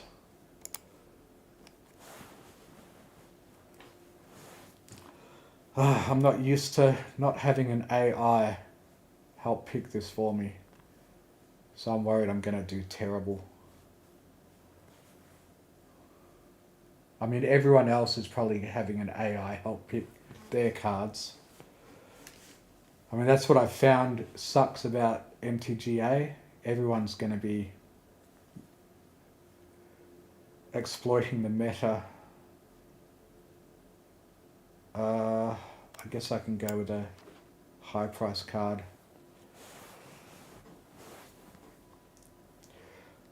I'm not really able to put much thought into how much these cards complement each other. I know I should probably get more equipment since I've got some cards that are relevant to that. I think most of this Final Fantasy set has a lot to do with equipment.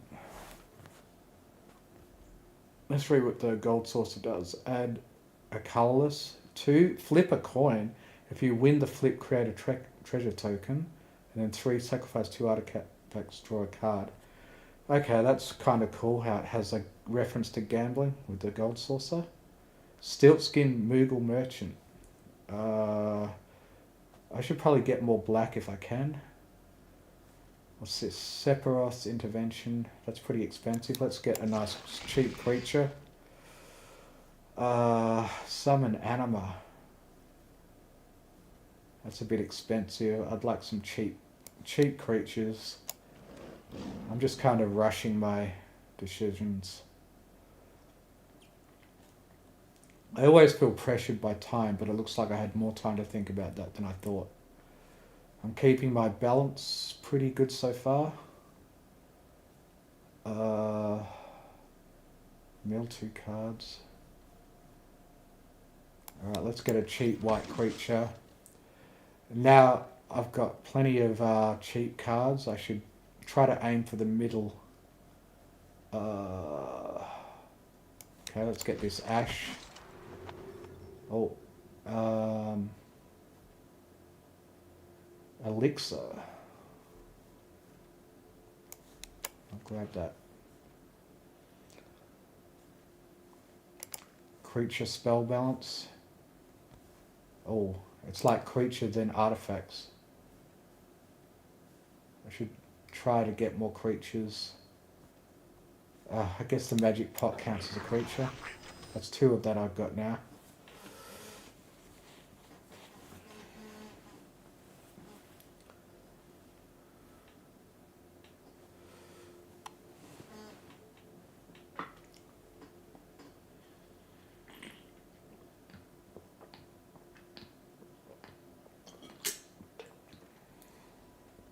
Okay, we got Namazu. Got this Gala Cat. I feel like as long as I'm keeping my balance pretty good, my deck should hopefully do pretty well. Man, I've got a lot of artifacts, probably too many artifacts.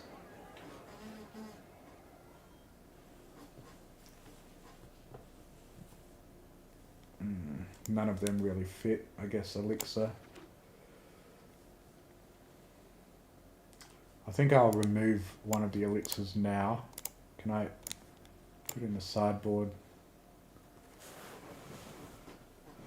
This artifact enters tapped.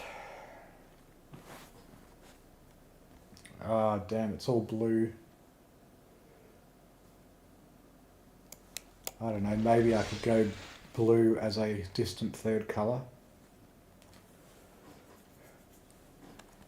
Oh, and then blue and black. Maybe I will go with some blue now that I've got this Trino. Blitzball shot. Okay, I'm going to take that out right away because I don't want...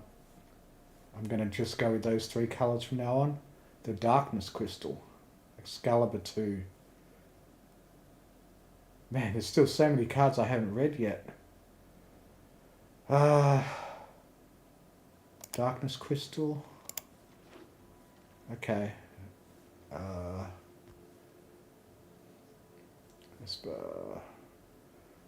already got a Dark Knight's Greatsword. We got the Lucy. Aerith Rescue Mission.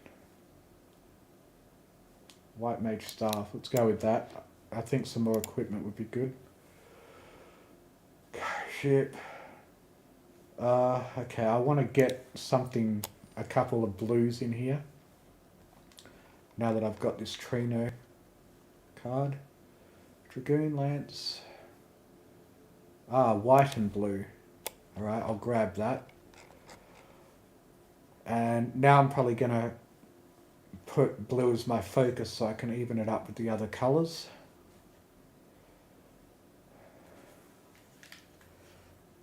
This is the third pack, so this is the last pack. Let's try to aim for blue now.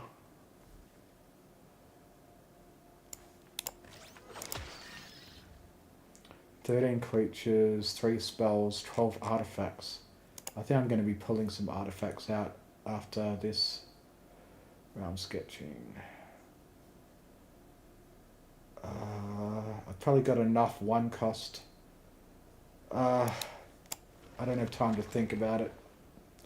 I'll get this blue creature.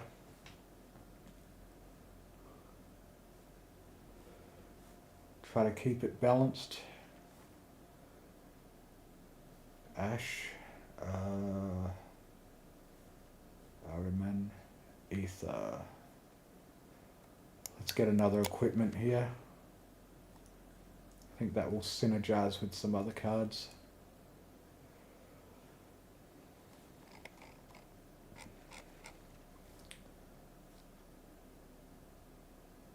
Alright, I'm going to go for that just because it's blue and I want to balance it out with some more blue.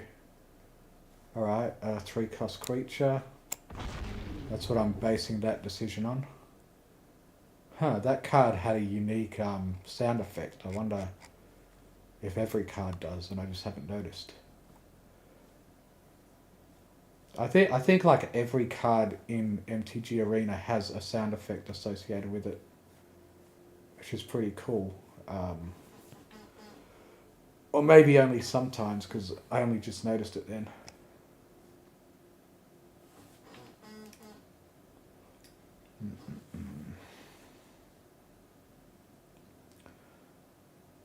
Use 20 playing points to enter a qualifier play-in event. I think that's a very high stakes thing. It took me, 4 season passes to have 20 playing points? I'd have to, be very careful about that, spending those. It'd be nice if I could just trade them for more draft tokens because I don't necessarily think I could go into high stakes games and perform well in them. I often barely manage to get three wins in drafts, let alone higher stakes than that. Okay, this black card's the only one that will fit with my deck so far. I think I'll get rid of one of them. Hang on, cargo ship. Okay, I'll go cargo ship. Alright, blue creature. Okay, I guess I've got a lot of towns, so that might be useful. Shinra's reinforcements. Black creature. And an island. That's dumb. Alright, so now I'm going to be narrowing them down. Vault progress. After drafting your final card, Oh yeah, I think I get some bonus cards because I drafted some lands. They make up for that. Okay, so I've got to eliminate 9 cards out of this deck. So let's look at the balance that we've got so far. 16 creatures, 5 spells, 15 artifacts. So I think I should just prioritize reducing the amount of artifacts. I'll keep all my lands.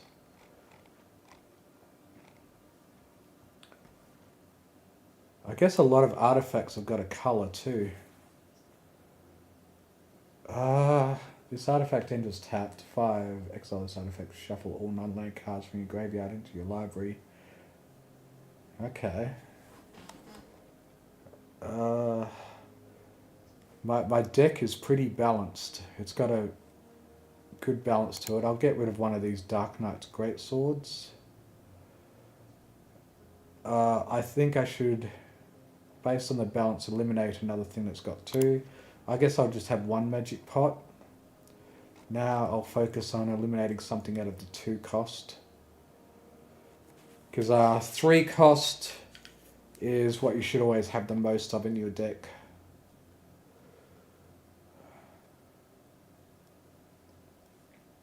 It's really hard for me to think about how these cards will interact until I see them in action. Man, it's hard to decide on eliminating any of these. If at least 4 mana was spent to cast it. Oh god, I hate having to eliminate cards.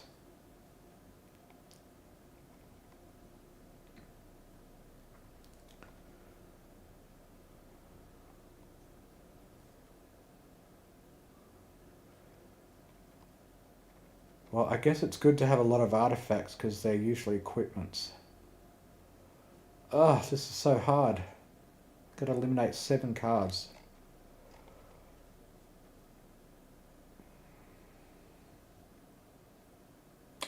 Okay, this is technically cheaper because it's affinity for towns. So that's not really a high cost card. Alright, what is the colour balance set? Okay, I've got mostly white, so I think I should prioritise getting rid of some white cards.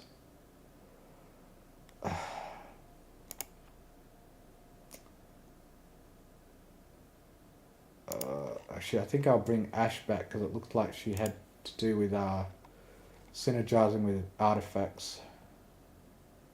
Okay.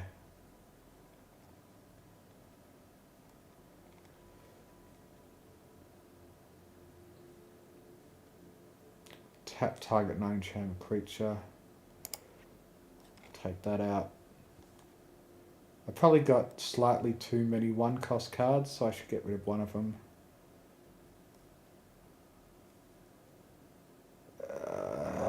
I don't know, Elixir, I guess. 4 more cards to eliminate. And they should be 2, because that will get the balance right. Alright, I'll go with Cargo Ship. I think Ice Magic's going to be really useful, so I don't want to get rid of that.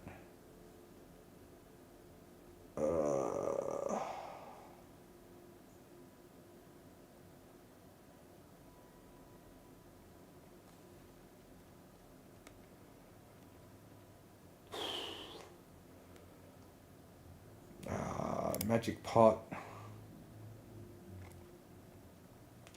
I should get rid of a 2. Because I should have mostly 3-cost cards as much as possible.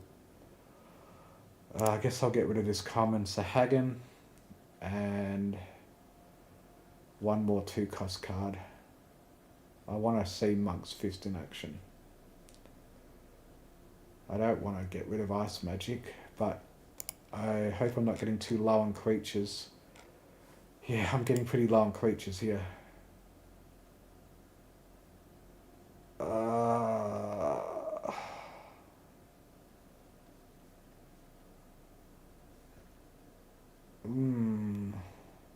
Monk's Fist. I think it'll have to be. Alright, I've got to take a quick bio break before I press done. I'll be quick.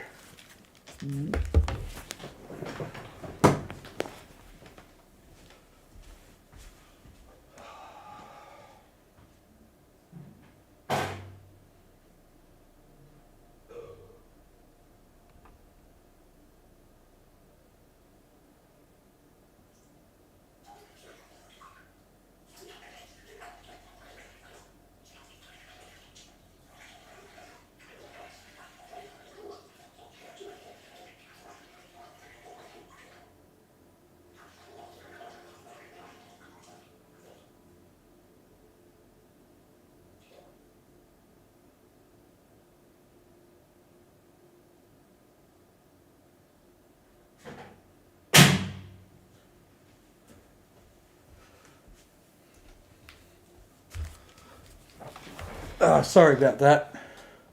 Let's go. Okay. Let's go.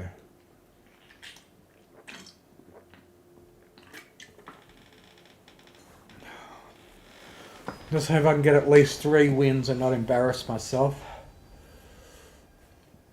Let's have a look at how the recording's going. 2 hours and 30 minutes. Okay. Oh. Man. I guess I'll keep that, but it's a bit risky. Having so many blue and only having swamps and plains. Oh crap, this isn't good.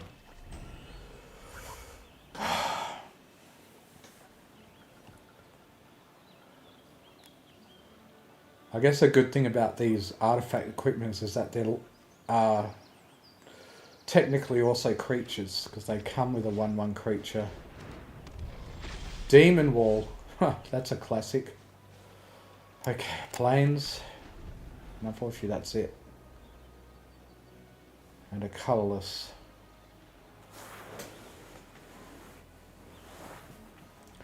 I hope it automatically got my mana balance right. It usually does. Automatically pick lands to...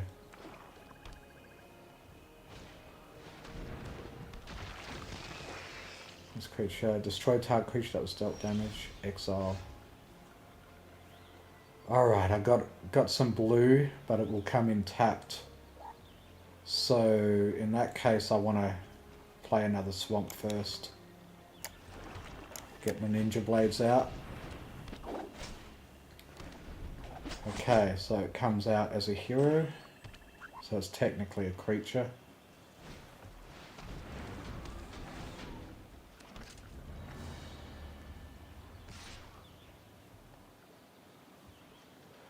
When this creature enters...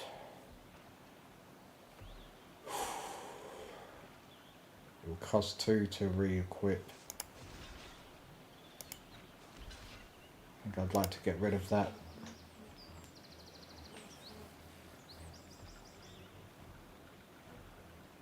I don't think he likes that.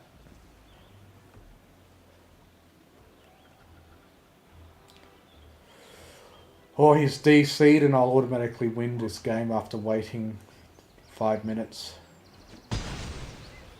Alright, at least I get to keep the equipment. Okay, I'm gonna put another plane so I can get this weapons vendor out. When this creature enters, draw a card at the beginning combat of your turn. If you control equipment, you may pay 1. Let's just find out what it does automatically. Draw a card. I control an equipment. Attach target equipment. I guess that... You may pay 1. Oh yeah, I didn't have enough mana to pay 1 to automatically equip him.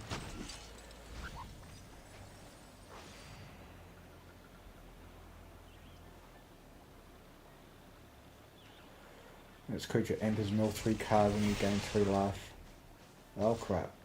It's got a powerful creature out. I don't want to lose my only creature.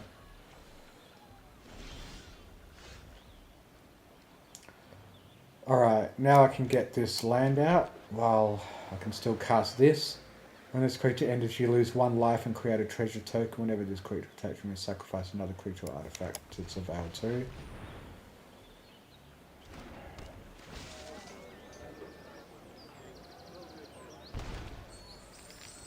Okay.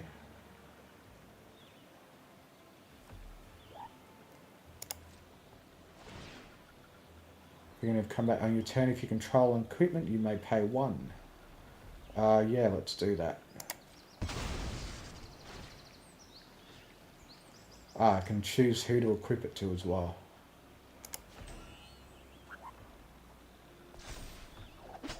Alright, I've got decent defense now. Oh, this has got menace, but he's also a wall, a defender. As long as this creature has a counter on it, it can attack as though it didn't have defender. Okay.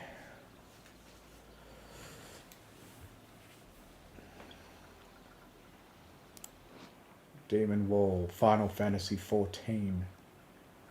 I don't know, I think Demon Wall's more associated with 7. But I think there was a Demon Wall as early as 4, probably. Maybe 3. 3 is a game that I didn't finish. Alright, what do we got? I've got quite a lot of mana now. I'll get Gold Saucer out, and when this create a 1/1 colourless hero, Dragoon's Wyvern.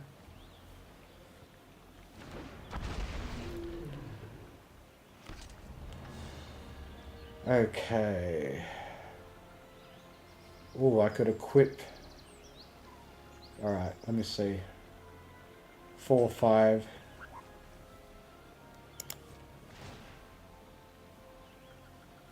No. I think I'll attack with this creature. He could double block it, but I think it'll be worth it if I take out 2 of his creatures. When this creature attacks, you may sacrifice another creature or artifact if you do Surveil 2.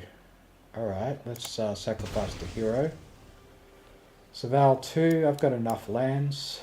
Let's go for Ash. Put the planes in the graveyard. Have Ash come out next.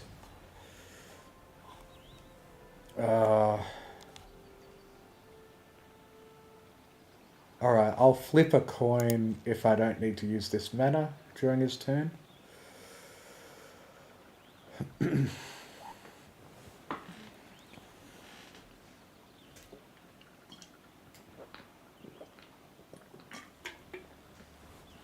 Let me see if no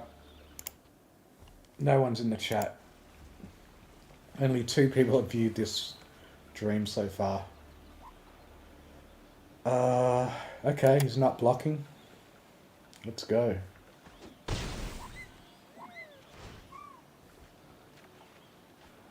Oh, nice. Draw a card, then discard a card. Alright, I'll discard the island because I've got enough lands now.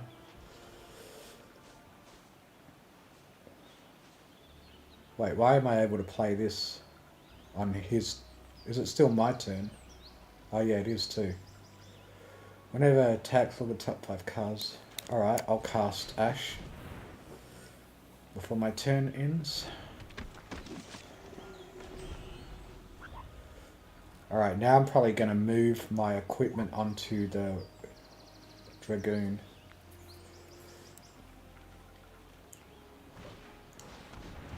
When this enchantment enters, destroy up to 1 target creature. Oh, damn it. Could go for the Dragoon. Alright. Well, I'll be able to equip the Dragoon with this equipment, which should be good. What else does it do? Creates him a treasure token. Trino Dark City. Might as well play the land I have. Ice Magic. Magic Damp. No. When this creature... At the beginning of combat on your turn, if you control an equipment, you may pay 1. So I can get that equipped for cheap. If I just advance to combat.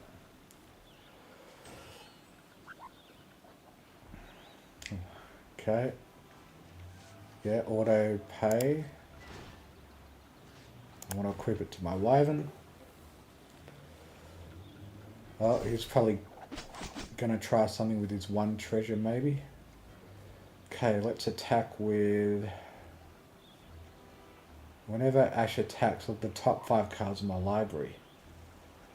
Alright, I think it'll be worth attacking with her for its effect. And whatever he blocks with, he'll lose.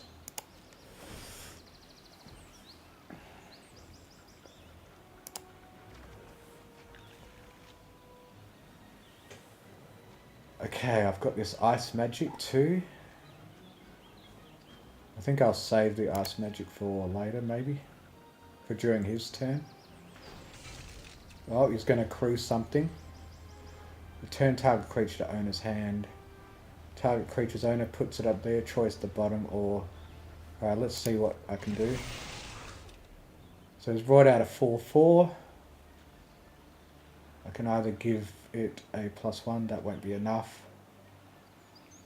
Okay, I can do ice magic +2. Ice magic with +2, and I'll get rid of that creature he just brought out.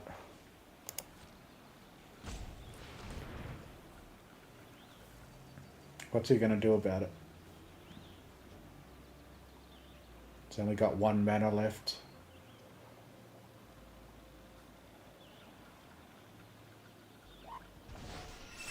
Alright. Now what will you do? Will you block Ash or not? I already got a good benefit out of her anyway. Got this wind crystal out. White spells cost 1 less to cast. I guess that would have been better in a pure white deck. And a deck with life gain in it. So it might not be that beneficial in this deck. Maybe I could take it out after this game now that I realised that. Whenever this deals combat damage to a player, draw a card, discard a card. Alright, I think I'll discard... I think Wind Crystal might still be useful. Yeah, I think I'll get rid of that card.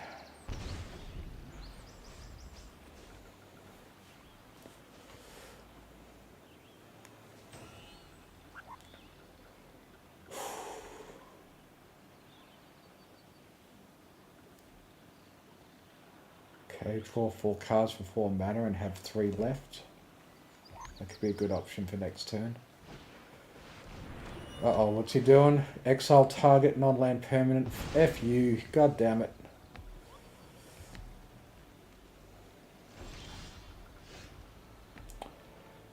Okay. I can draw 4 cards and then cast this for... Alright. I guess I'll get some defenses up. Oh, what? I thought this cost 4. Oh, I used up all my blue mana doing that.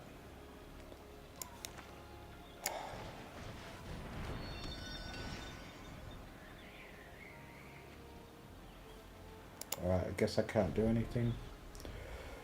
This has got the ability to draw and discard. Sacrifice a creature, draw 3 cards. So how much does it cost? Ability mana cost modified to 4.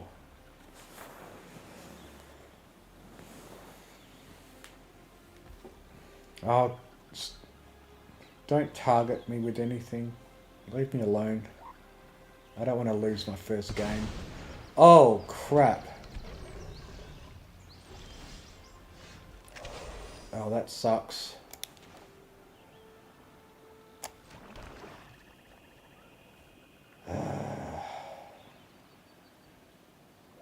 Creatures you control gain flying and lifelink until end of turn.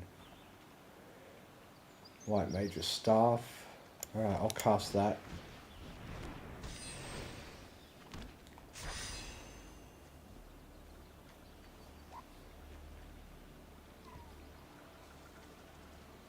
Let's equip Ninja's Blades to... Quick creature gets +1 whenever this creature attacks, you gain 1 life.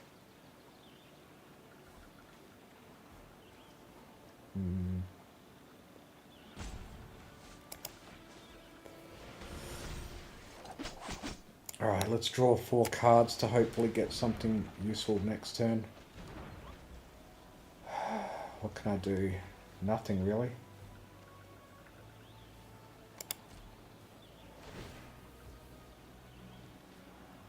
Pay 1 to move the... No, I won't do that. Oh crap, I accidentally did. Oh, I didn't mean to. Alright, I'll move the white mage's staff to this, beef it up more. I still don't want to attack with it.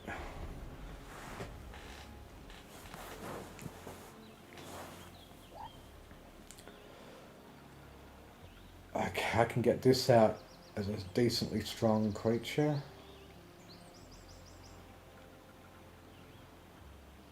Three, 4/4 it'll be.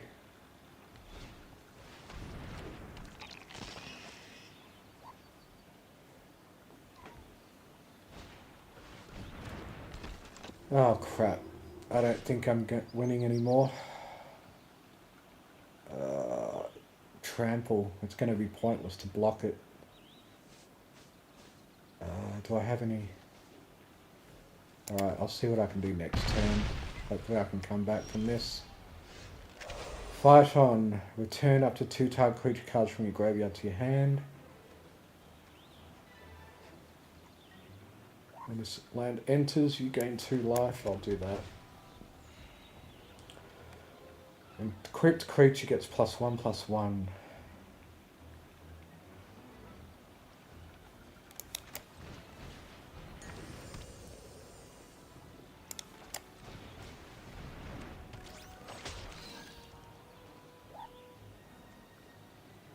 And this creature enters mill 3 cards and you gain 3 life.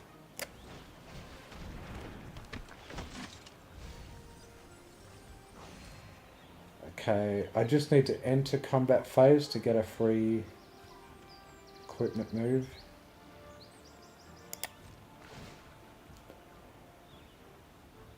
Yeah, let's pay. No, I think I just want to keep him. Let's decline that. I still really can't do anything useful.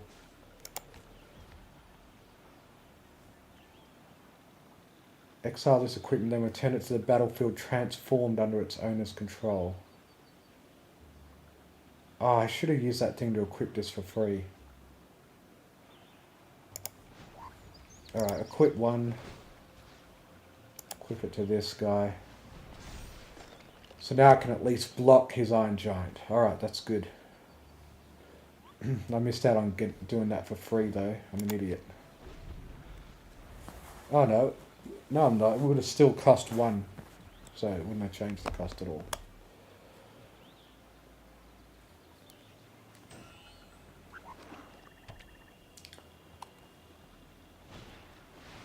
Oh, god damn it. Not another strong creature.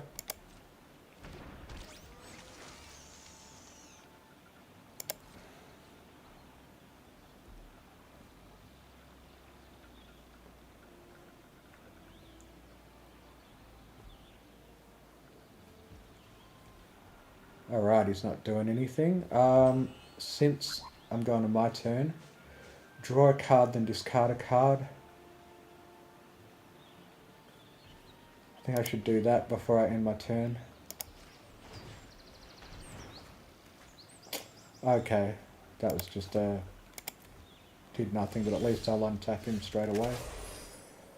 Oh, +3 and is a knight. Equip, pay 3 life. But I can equip for 1 mana if I let my turn progress. Fight on. What do we got? Alright, I can bring Ash and this back. Oh, yeah, okay.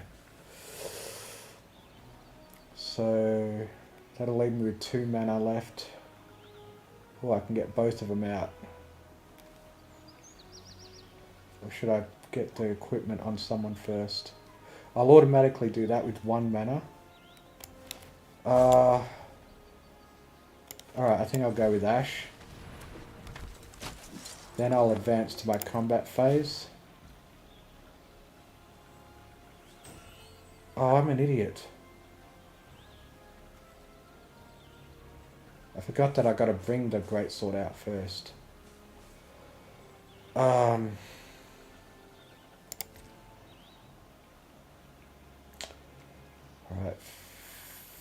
I can't... Yeah. There's no point attacking with anything. Alright, I'll get this greatsword out.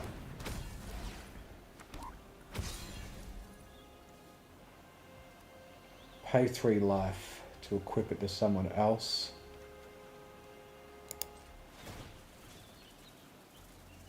Equip it to this guy. Alright, now I've got a 7/7 so I can block whatever he throws at me. At least once.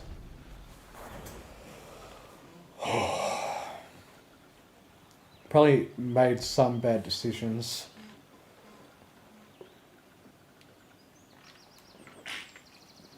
Less optimal decisions.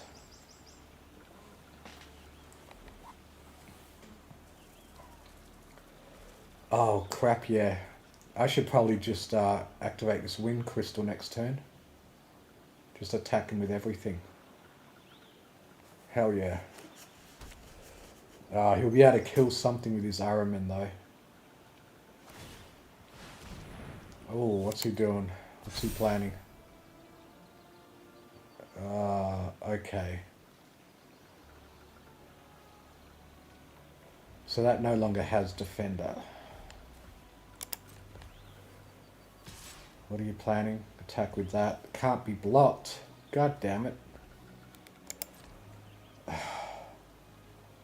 This creature can't be blocked except by 3 or more creatures.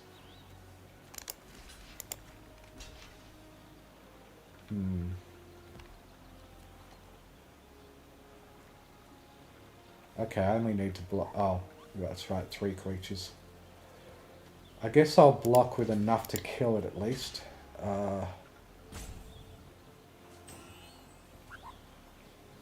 Fine, I'll block with Ash. Let's get rid of it. Oh crap, he's probably going to find some way to buff it.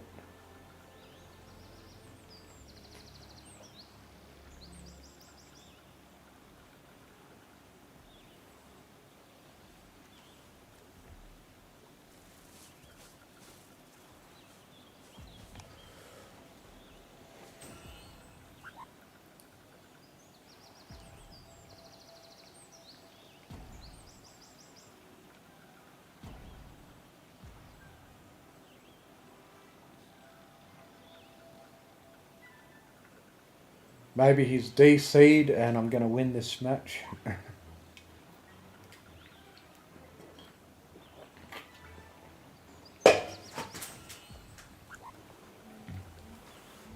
think I've got him stumped. Oh wait, it's my turn. God damn it. I thought I was waiting for his turn. Alright. If a creature died, create a treasure token. Alright, my turn. Alright, you're not alone. Target creature gets +2/+2 until end of turn if you had control 3 or more creatures. Alright, I think I can do a full-on assault now. Let's see.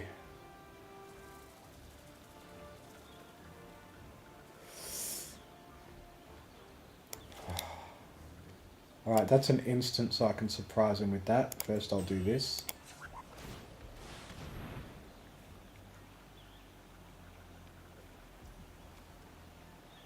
Alright. I think I should try to just do a full-on assault.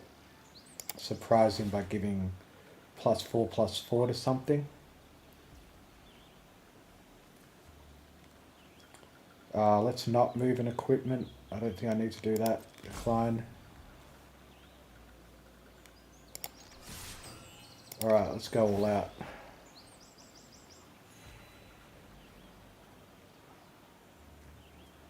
Advance to blockers.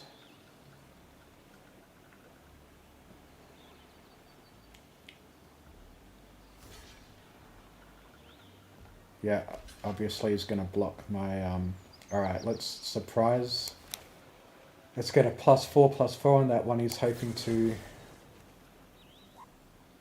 Okay, if you control 3 or more creatures, it's +4/+4. That should work.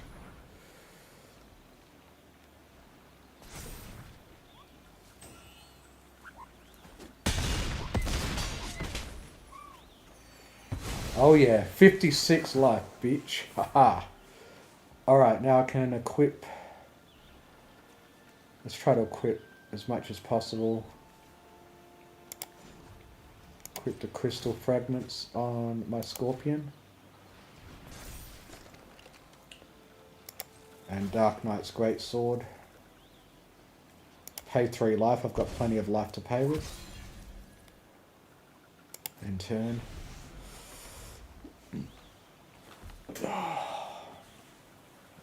Oh yeah, 53 life. Suck on that. Oh god damn, he's got that back out.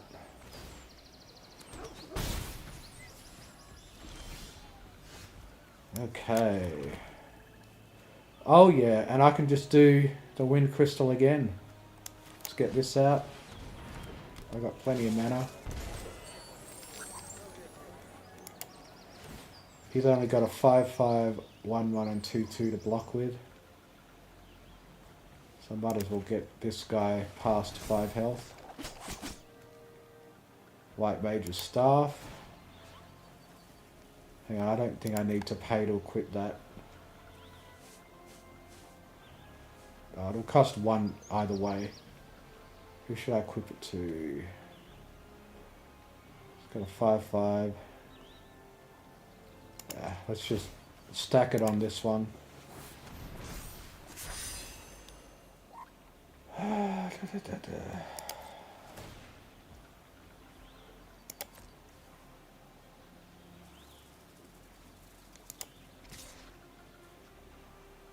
He might gang up to try to kill it.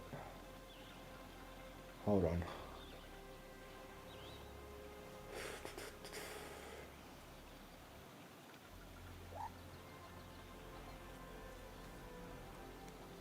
Alright, I think I'm going to hold back and wait till I can activate my wind crystal next turn.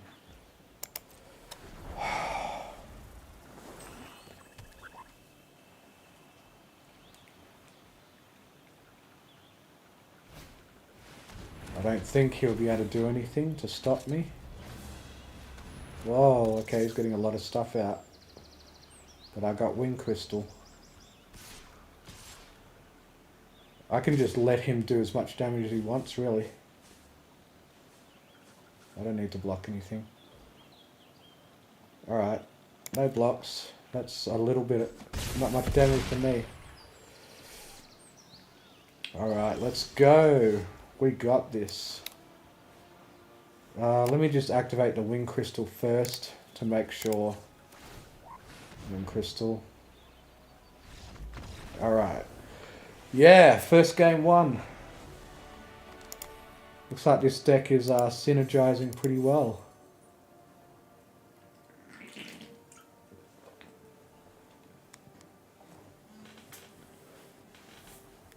Okay, so that's 1 win so far. I believe that's 50 coins. 100 gems in 1 pack. For 1 win, you basically got to get to 3 wins to get to break even, and then more than 3 wins you actually gain riches. Okay, turns out that wind crystal is something I want to keep in my deck for sure. It won me that game.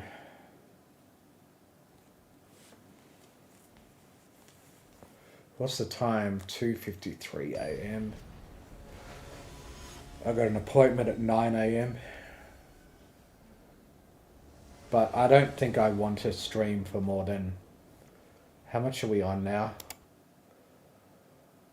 3 hours. I probably don't want to stream for longer than 4 hours. So I'm probably going to end the stream just whenever this draft ends, probably. I was hoping to have enough time to do a... Alright, what do I want? Black, blue, white.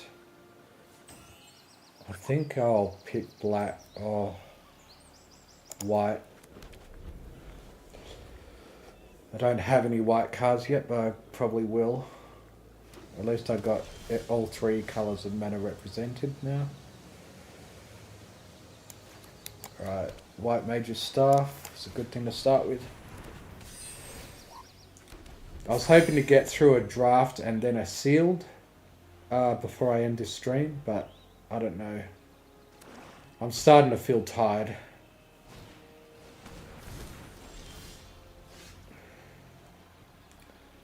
Okay. Yeah, I'll like the swamp out. Now I've got all 3 colours.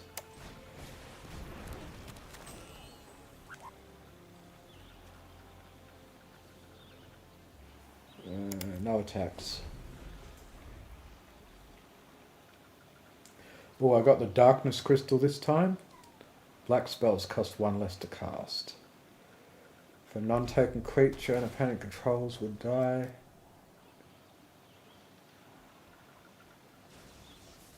Put target creature exile. That's a new card. Furion Wild Rose of Warrior. Okay, 4.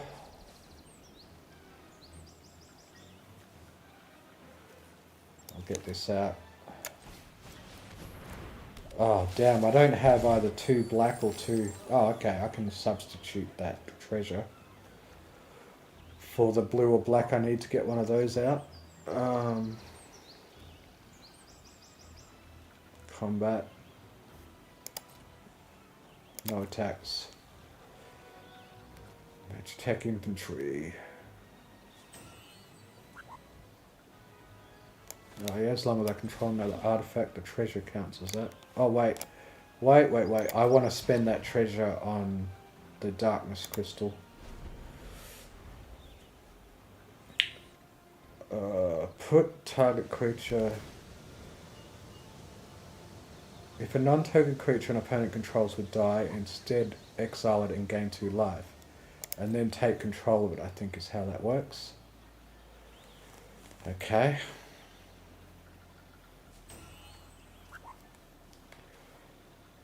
Creatures you control have haste whenever a non-token equipment you control enters. Create a token that's a copy of it.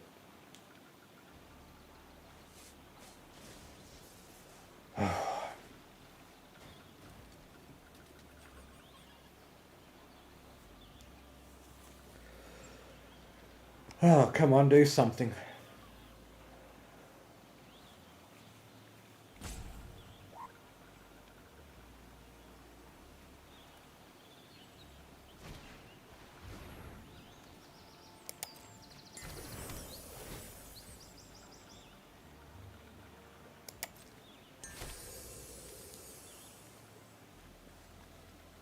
Oh, it's...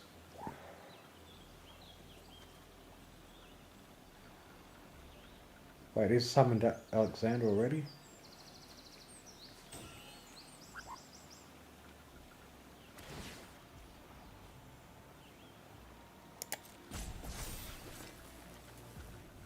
I think he might summon...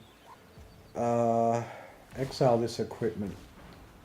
Okay, he'll need a lot of mana before he can activate its Alexander. Oh, he's got 2 copies of that equipment.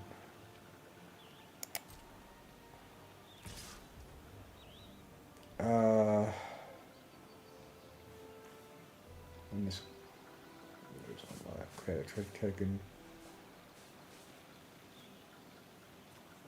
I think I'd like to take out his chocobo.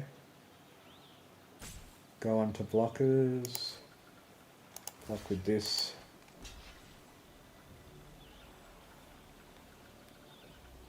Alright, exchange.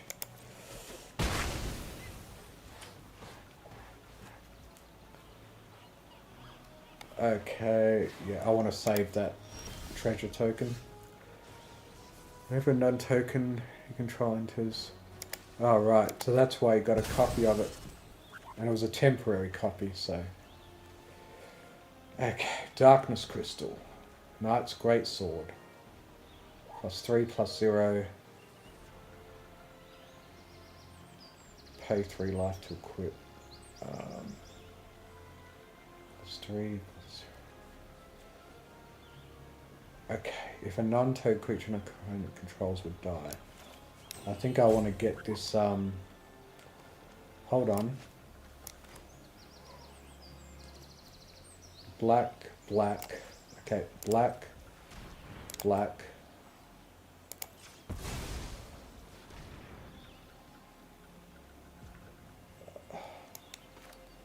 Yeah, okay, yeah, leave me with a plane so I can cast this other thing.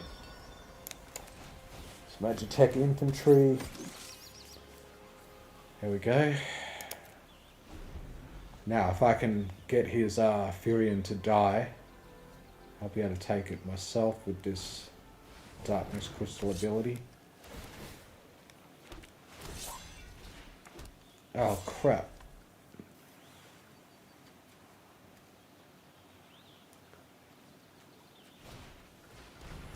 Red Mage's Rapier. Undercity, that reminds me of World of Warcraft.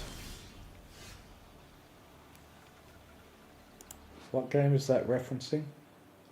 Final Fantasy 12. Right, the Undercity from 12. Oh man, what's he doing? Right, the extra equipment, he's creating a temporary. Dark Knight, Great Sword. What should this go on?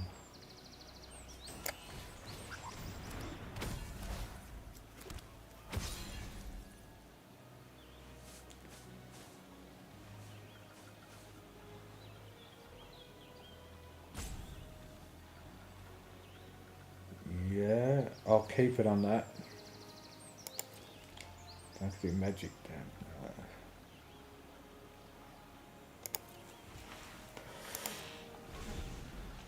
Keep this in reserve. Protect something.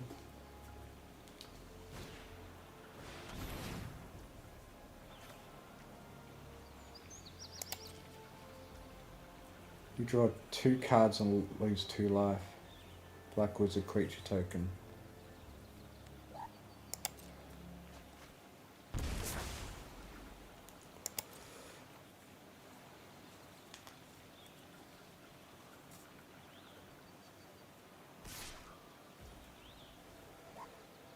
Okay. So he thinks I won't be able to. Alright. Target creature you control gets +1/+1, gains hexproof until end of turn. Let's surprise block him.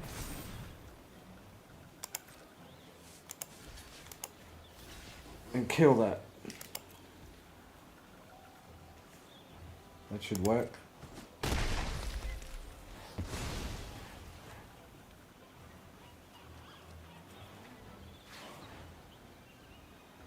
Alright, and then I can draw a card and discard a card before I end my turn.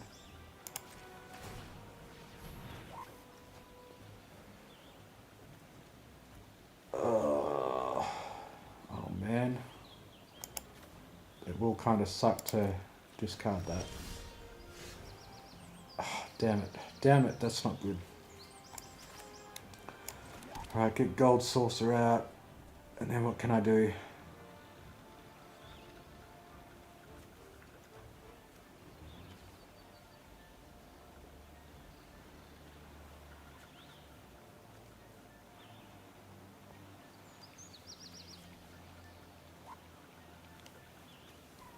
Alright, next.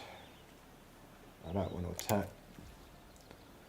Flip a coin. If you win the flip, create a treasure token. Sacrifice 2 artifacts, draw a card. Right. I'll do that at the end of his turn. Can't do anything else with my mana at the moment.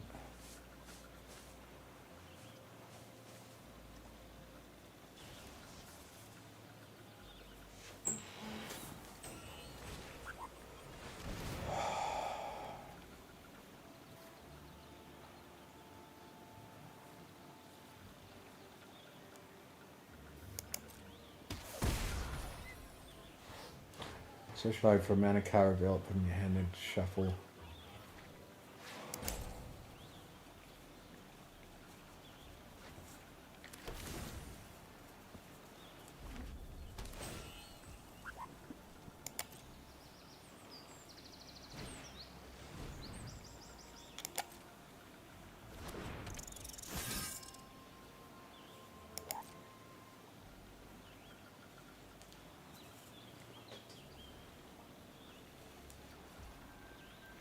Alright, before I end my turn, I'm going to activate my gold saucer.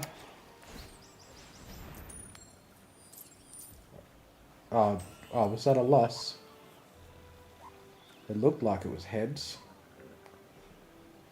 Alright, well, I've got no use for this plane, so I'll draw a card and discard a card.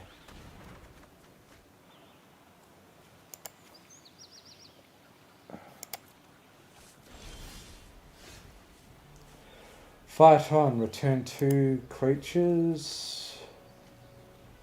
I've only got 1, so that won't be. Return target creature to its owner's hand. Target creature's owner puts I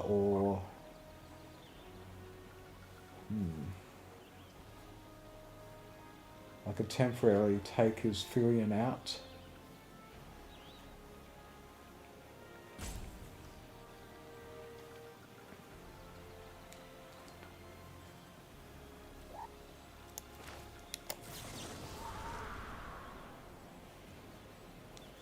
Lose a draw.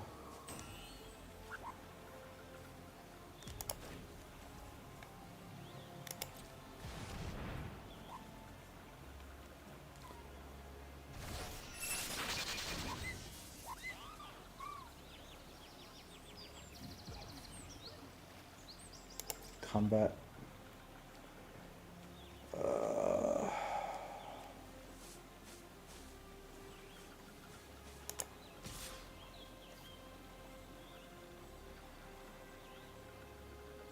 Oh, I've only got 1 Magitech infantry, so that card's ability isn't that useful. Let's just go with that.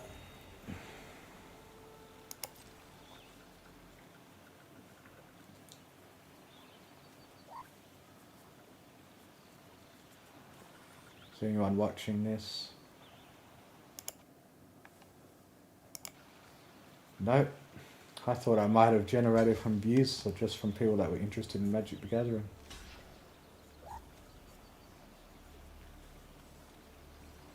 Alright.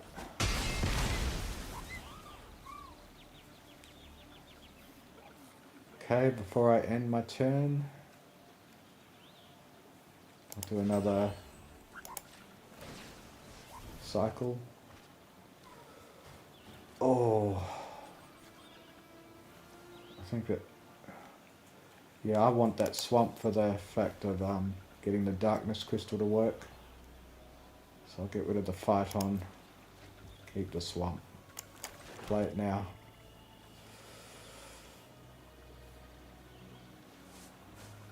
Oh yeah, I should put this on. This will work better on this. Okay.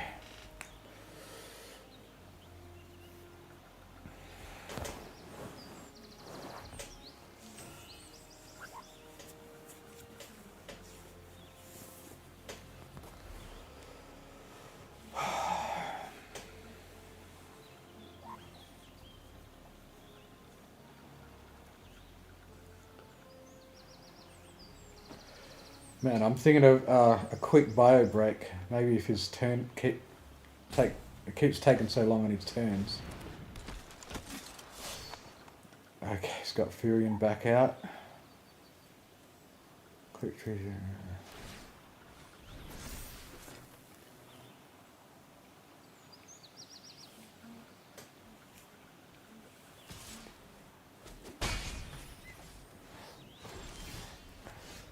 Ooh, alright. Reach. Perfect time for reach. Elegant Eye. Whenever one or more other creatures or artifacts you control die, draw a card. This ability triggers once each turn. Let's get that out. It's really all I can do.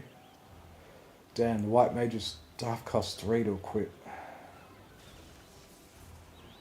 If I attack with that.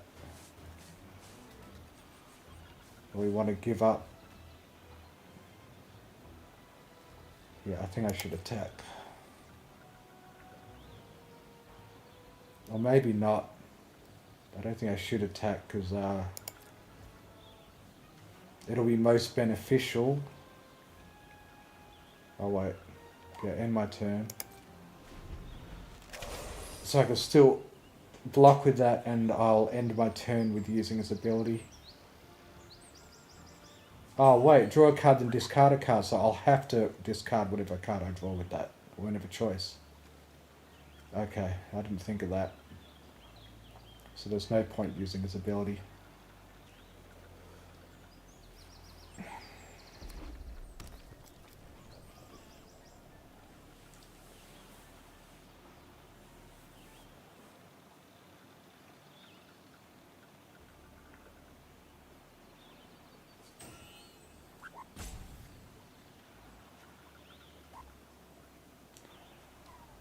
Okay, come on, let's go. And then he does something insane and wins the game.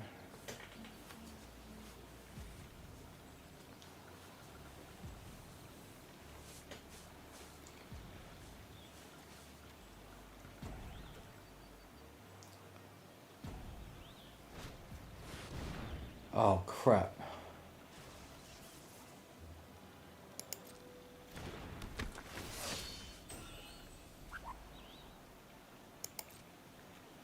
Oh, he's going to activate it straight away. Another creature you control gets +2/+2 and trample. Oh, but he's going to do that to free you.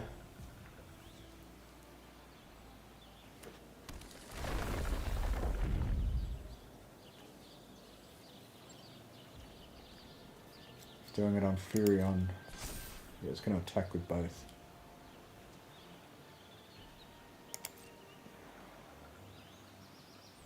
I won't.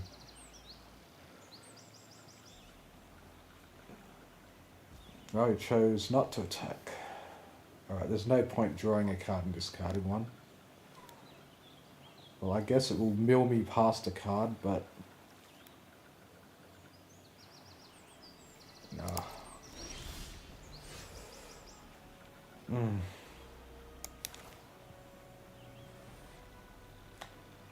Alright, at least I draw a card.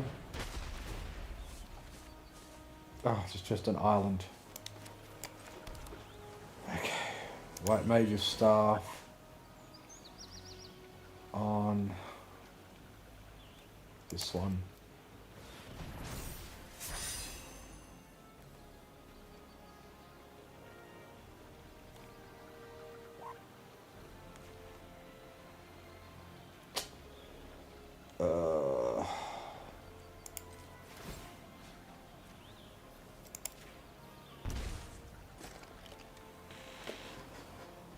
At least I'll be able to block Gladiolus, but he'll probably play another land and buff Gladiolus. Damn it. Do I have anything I can get out with the Darkness Crystal yet? Ah, this isn't looking good.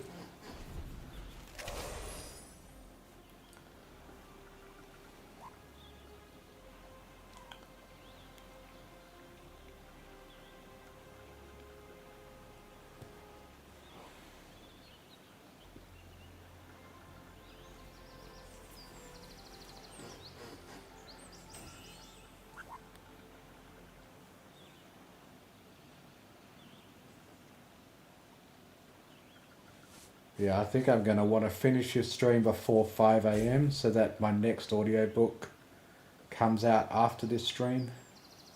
I don't want this stream to be the latest thing on my channel right after my next audiobook comes out.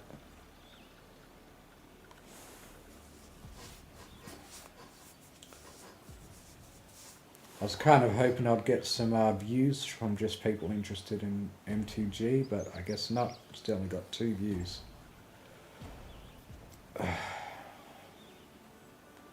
And no one in chat. Looks like he's thinking really hard. Probably could have taken a quick bio break.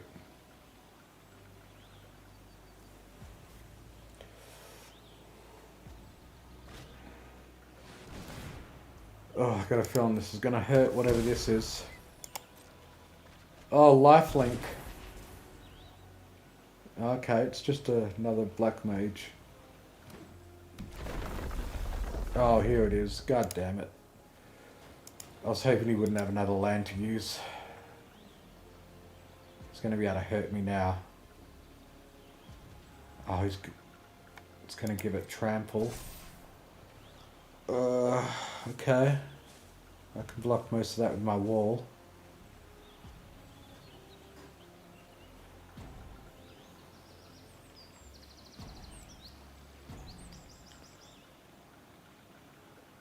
Yeah, pass to attackers. Oh, okay. He's attacking with Gladiolus.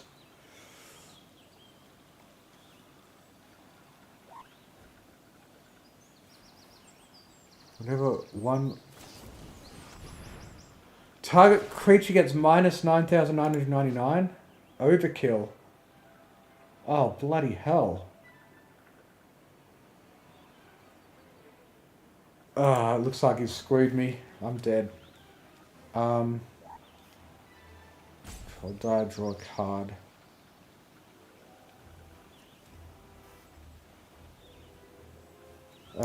Yeah, I guess he's defeated me. This is gonna hurt.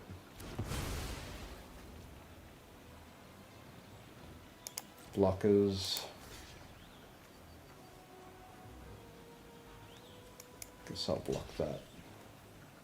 Wait. I'll block that. That with that. And I guess I'm screwed now.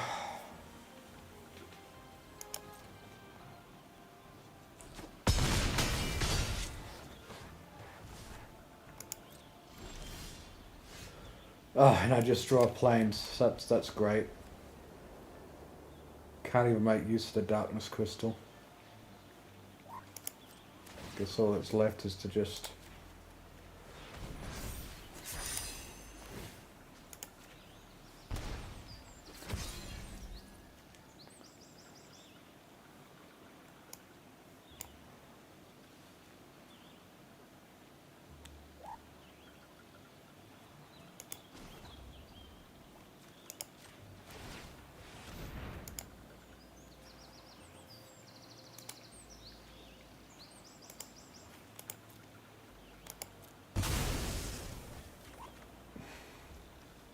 Okay. Alright, good game, you win.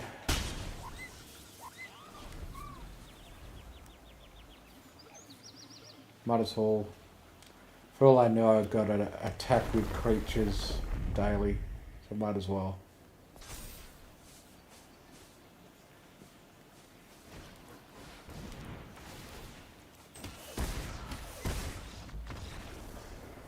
Yeah, I had no chance there. He had a really good set of synergies going. 1 win, 1 loss.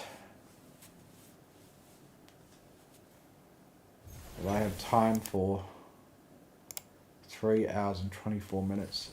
I'm going to take a quick bio break before I start the next game.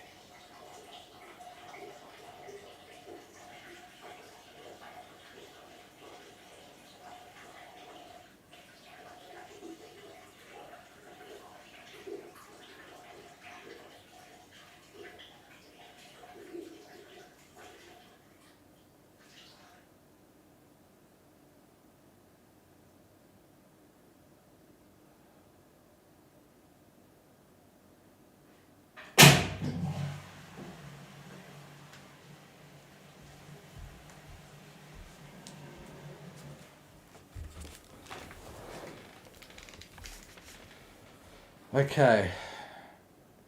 Let's go.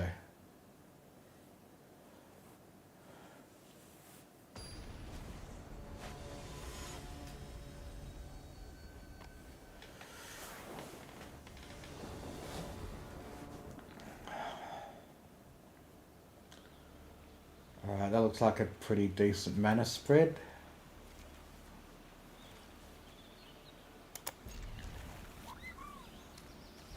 Guess I'll get the village out first. Choose a colour. Alright, I'll choose the unrepresented colour. Blue.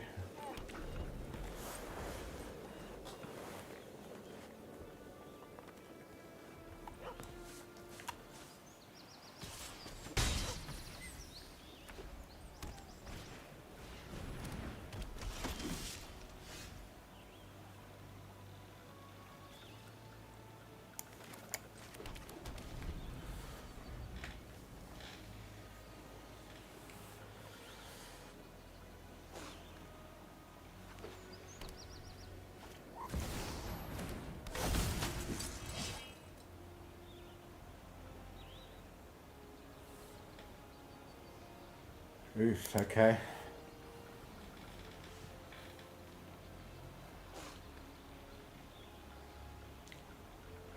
When Cloud enters, search your library for an equipment card, reveal it, put it into your hand. Okay. As long as Cloud is equipped, you found ability Cloud or an equipment attached. An additional time. Alright. Swamp.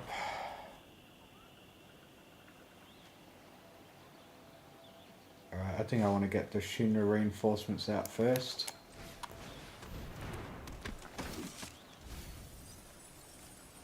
What did I mill? Well, I got 2 creatures, so if I get fight on, I can make use of them maybe.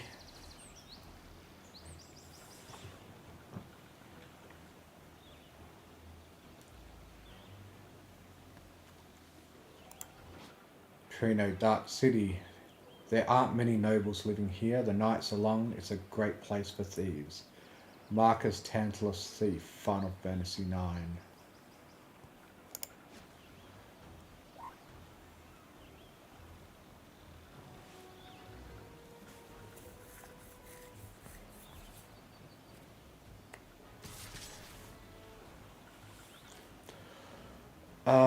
Okay.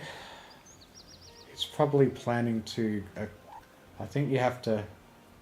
No. I should be able to take out his Cloud. When this creature dies... What has he got up his sleeve? Probably some sort of spell. Oh, I'm tempted to block his Cloud, but I think he's got attacking for a reason.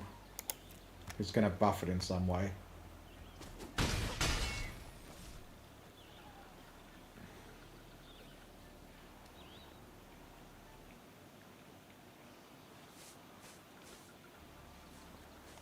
Oh yeah, I haven't been using any of the emotes. Kupo.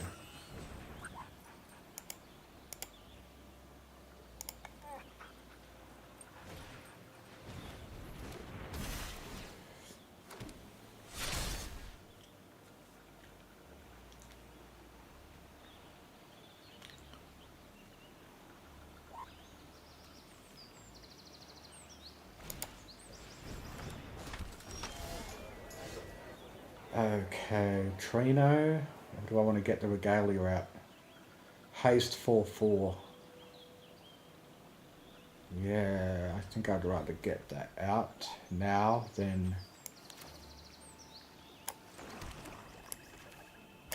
Trino. Oh yeah, I forgot that I've got to crew it. So if I click on it... Okay, hang on, cancel. How does crew work again? Explain it to me. Tap any number of creatures with total control. Power of 4 or more. Alright. Crew.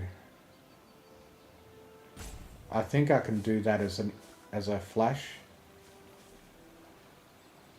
Alright, let's go. Attackers.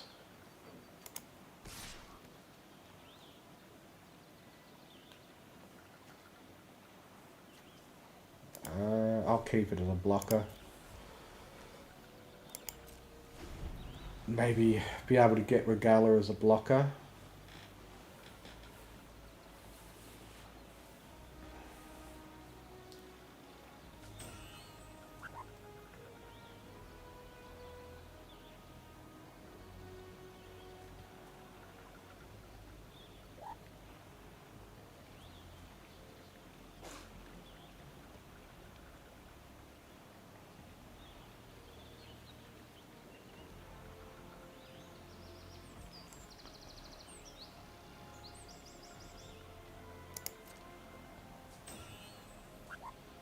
It was probably waiting on me.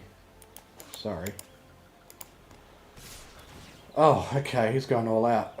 Whenever you attack, target gains menace. Okay, I won't be able to block that one. I probably don't need to get the Regalia.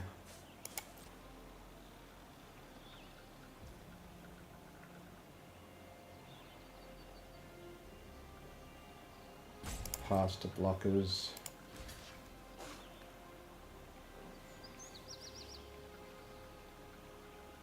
Oh, he's probably going to buff something with the mana he has.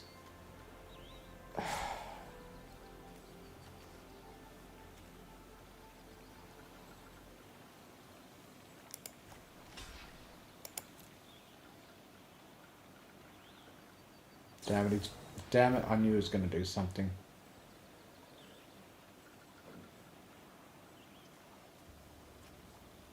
What if I do this?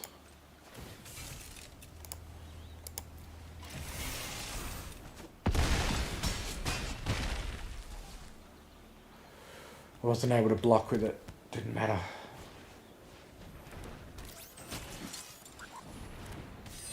Man, I'm getting mutilated. This game. Crap. Gold Saucer. Prince Ash. What can I do?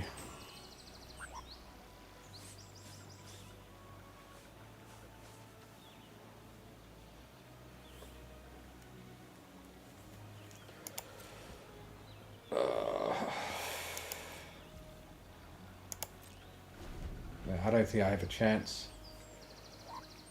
Might try ice magicking something.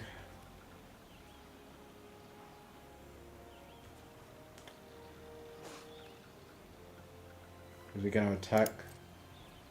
My ice magic something he attacks with, I guess.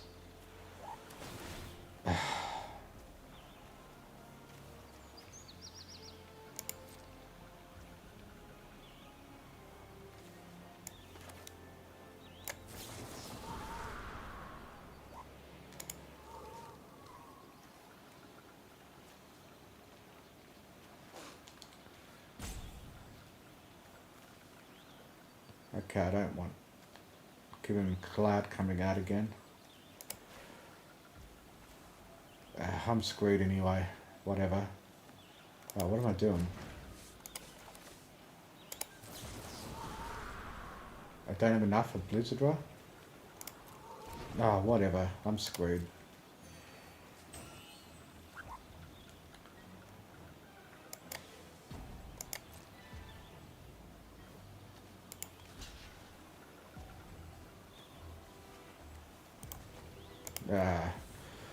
Oh, that was a bad game. Fuck.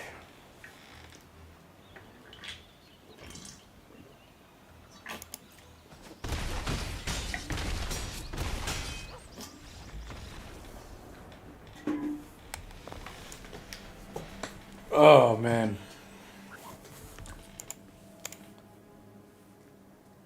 Why does it even ask me this? No, I didn't, because I lost. What do you expect me to say? It's not fair for me to complain when I lose a game on draft. Okay, let's hope I do better.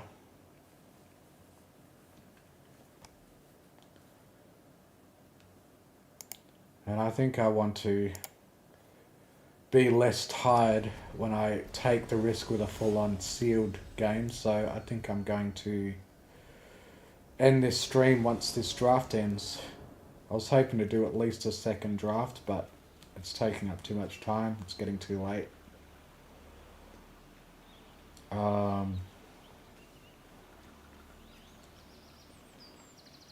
man.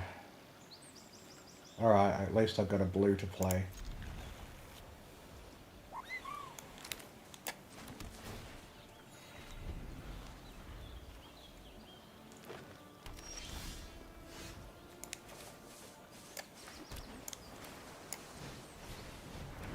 I've really got to hope for some other lands. I'm screwed.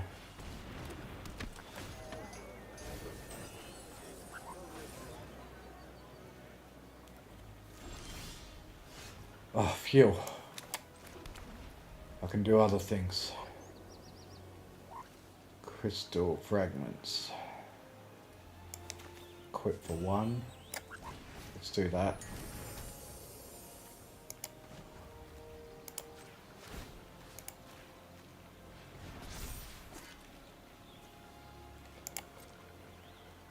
As long as you control 7 or more lands, this creature gets more powerful.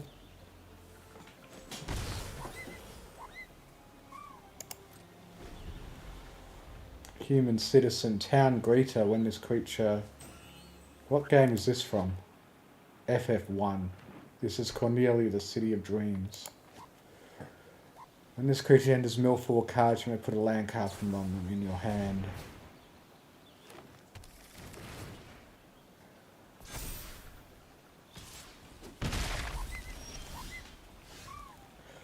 Alright,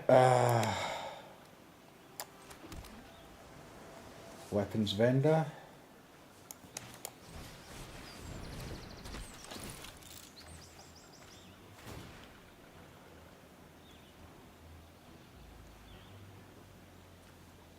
I think I'll keep that to block.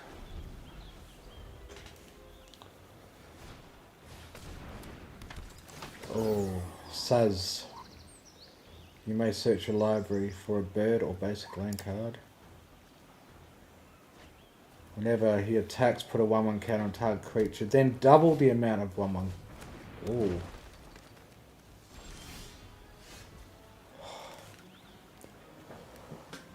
Ah, frick. Swamp. Whenever 1 or more of your creature, yeah, that.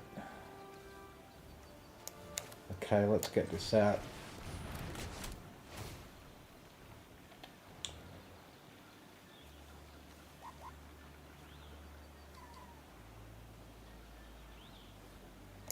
Okay.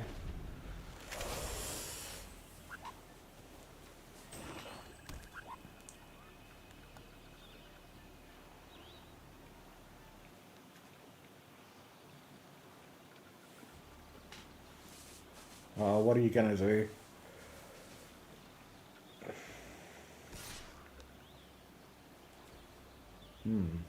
Why? Beginning of your end step. This creature didn't enter the battlefield this turn.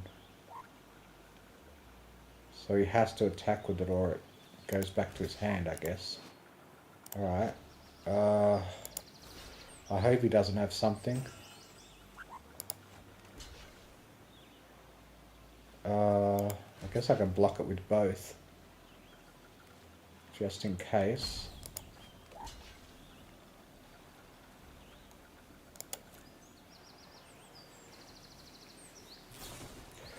Oh, I knew it.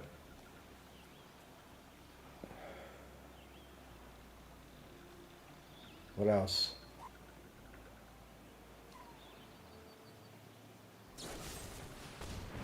Destroy target.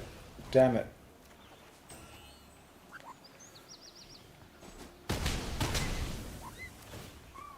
When this creature dies, put an amount of... Oh, crap.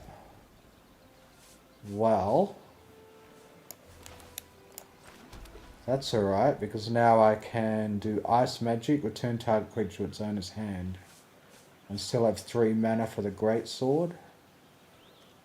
Okay.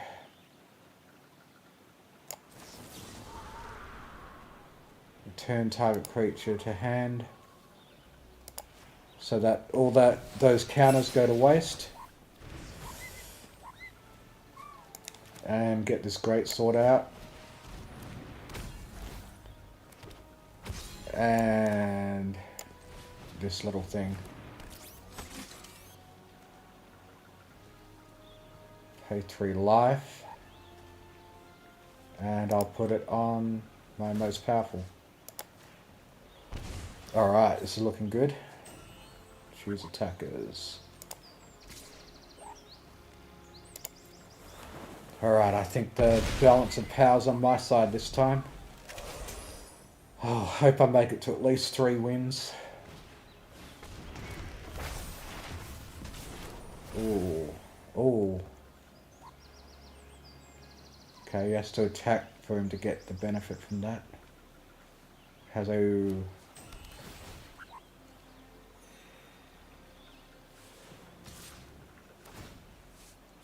Oh, okay. It's going to double the counters on... What? Why does it get 2? When he attacks, put a 1/1, then double. Right. Okay, I want to get rid of that.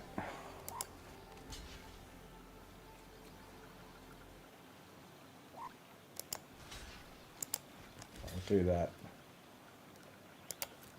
So I don't have to deal with that anymore. Oh yeah, and I got the benefit of that.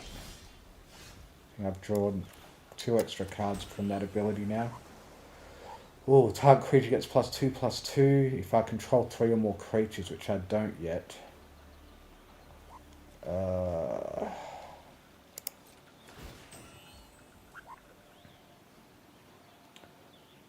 No.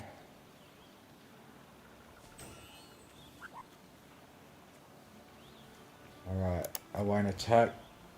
I want to save You're Not Alone for when I get another creature out. Creatures you control gain trample until end of turn. What happens at the end of the Saga? I guess it just stays there as a 4/4. When this creature enters mill 4 cards.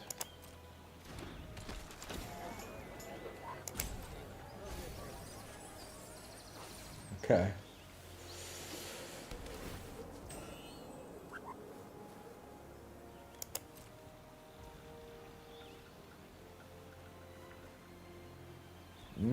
Okay.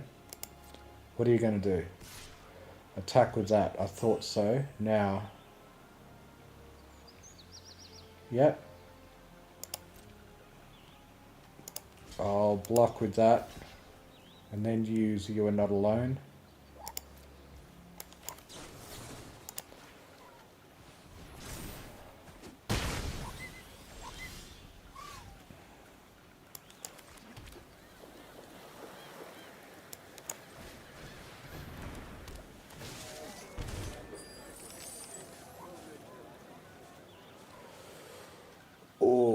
Could attack with that, but I think I'll play it safe and not attack with that.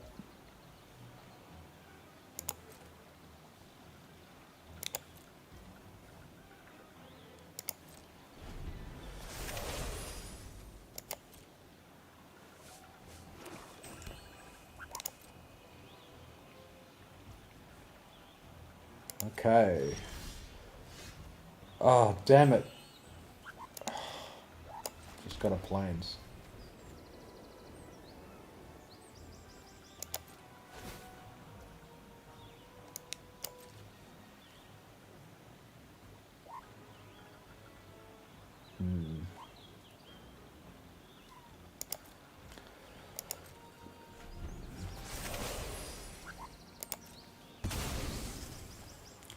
Oh, cool. Okay, so when the Saga ends, the creature dies.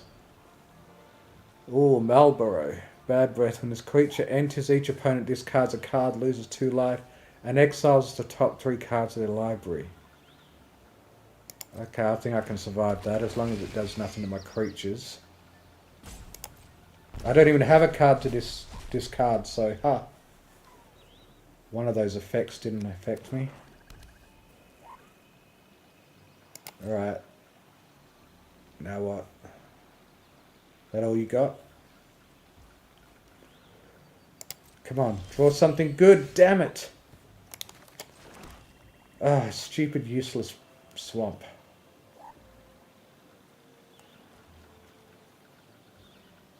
I think I should attack. Even if he teams up to kill my creature, I'll still have more than him afterwards.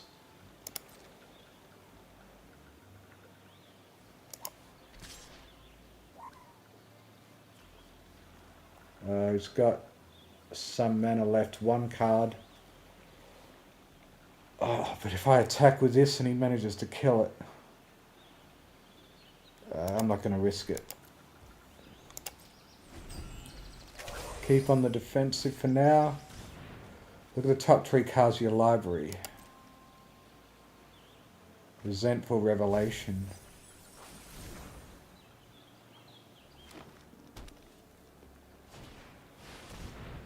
Oh, damn it.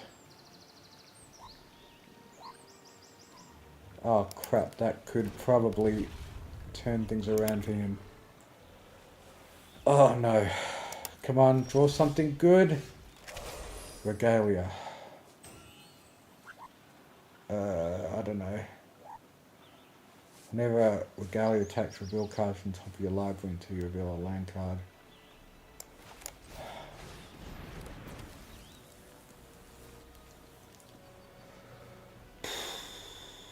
I don't want to attack with it though, he'll just be able to... Damn it.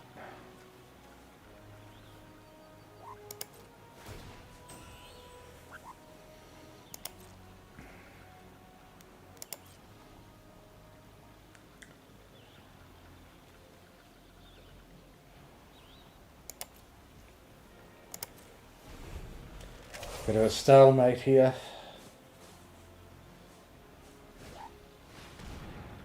When this enchantment enters, destroy up to 1 target creature. God damn it. Crap.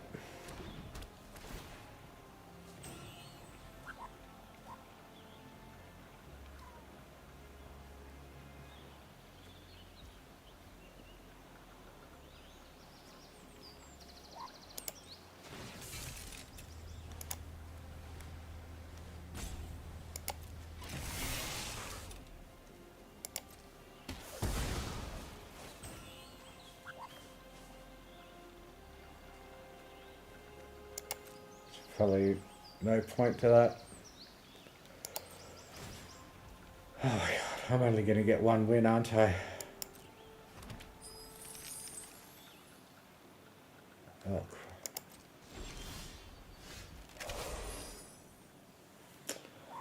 oh, I think I'm pretty screwed.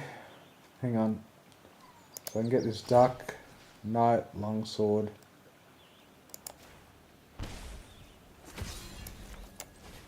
And this white mage staff.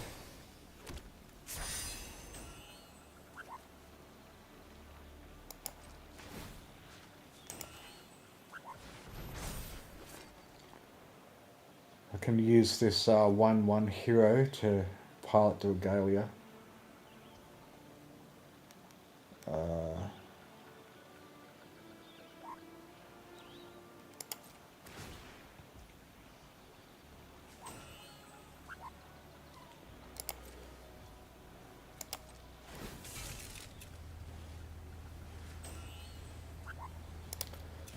Whatever, let's just leave it to block if necessary.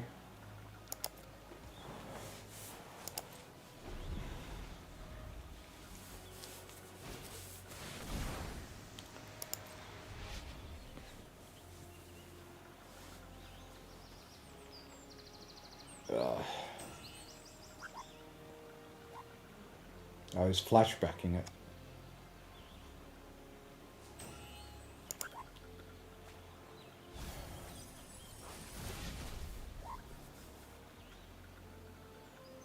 Oh, don't you dare. do anything to that.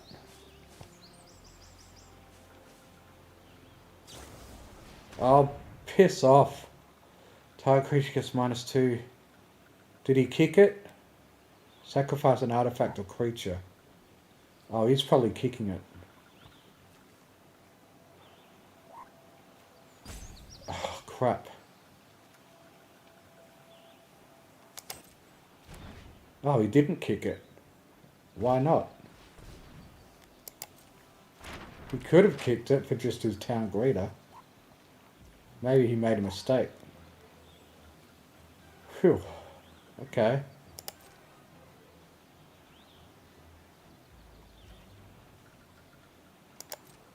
I think he made a mistake then. Return up to 2 creature cards from my graveyard. Hell yes. This should help a lot. I'll get this back. And this is decent too. Oh yeah. Here we go.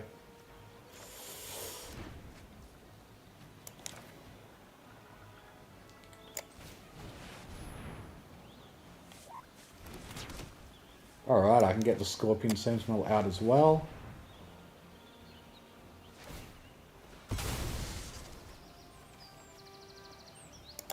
Okay.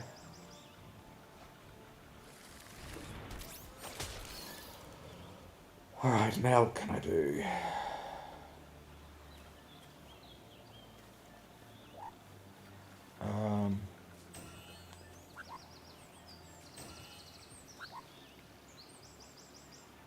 Combat.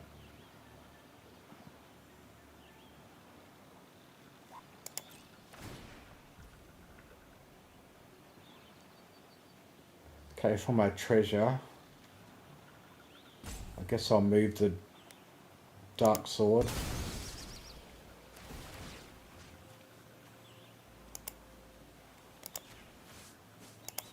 So I don't have to pay life for it over to this one.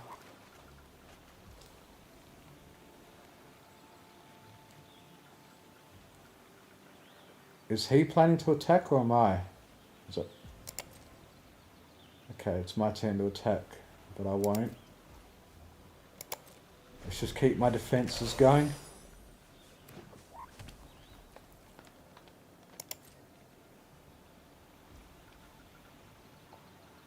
Alright.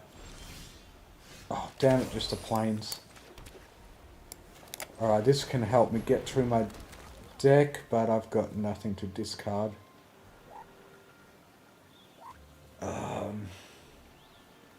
Alright, White Mage's thingamajig. I'll miss. Oh, 7/6. It's only barely enough to block that thing.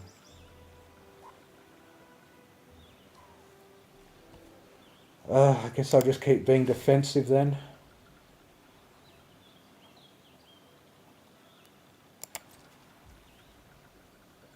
Don't you say hello to me. I'll say Kupo. Let me just think.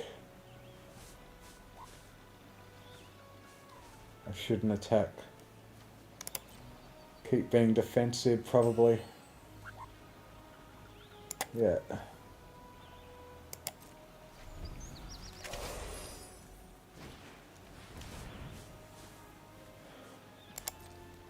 Okay. Should be able to overwhelm me with numbers eventually. My turn. Damn it, just a stupid land. God damn it. I was hoping to outnumber him. Oh, I should have used that land to draw and discard. I'm an idiot. I'm an idiot. I should have left that card in my hand. Crap.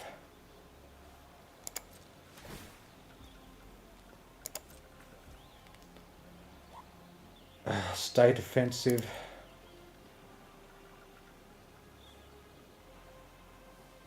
I don't know, should I attack him with that? And then he'll have to block with that. I think it's worth it. Let's get things moving. Vigilance, reach, trample. Alright, you can attack with that if you want. Block with that.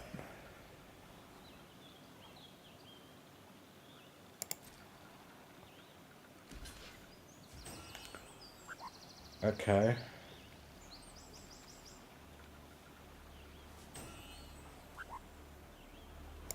Alright, at least I've gotten rid of that now. Oh, and he's given up. Yeah, I win. Oh.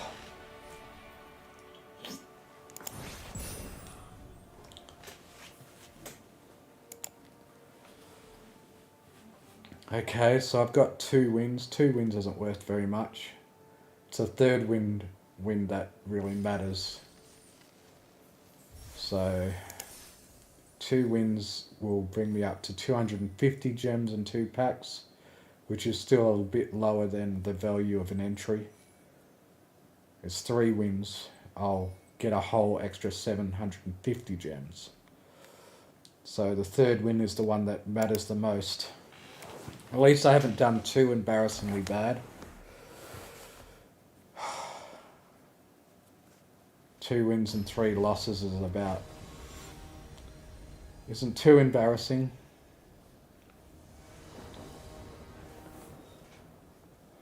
Alright, I got a good mana spread. Maybe too much mana. Okay, let's keep it.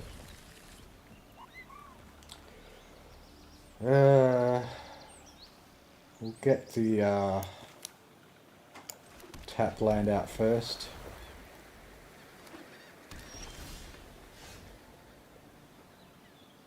Let's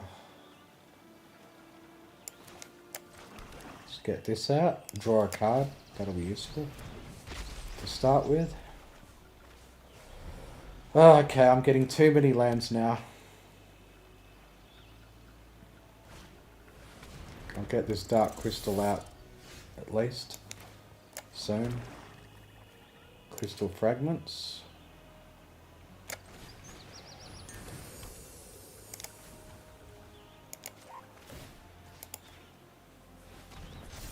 How do I activate Alexander? I have to pay 7 mana. So that probably won't happen anytime soon.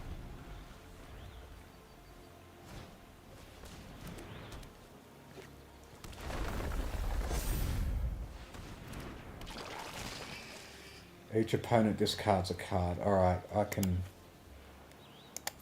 get rid of an island. I've still got 2. Oh, damn it. I've got too many lands. Yeah, I'll go with the island first so I can get this dark crystal out.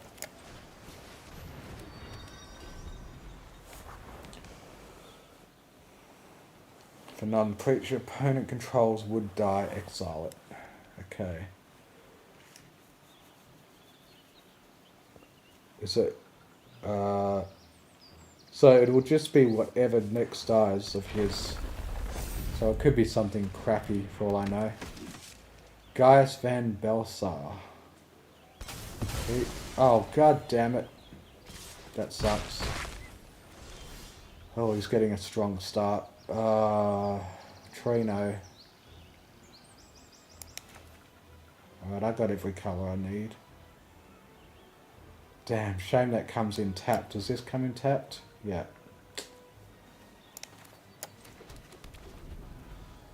At least that'll make that a little cheaper. Oh, damn it. I'm undefended.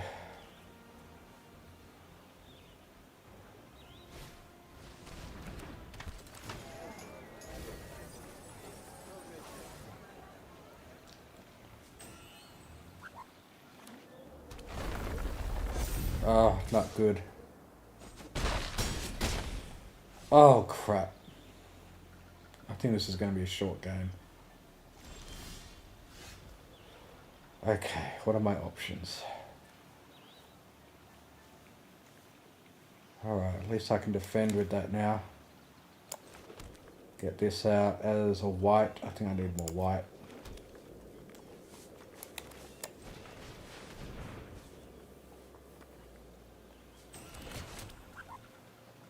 Got some defense at least now.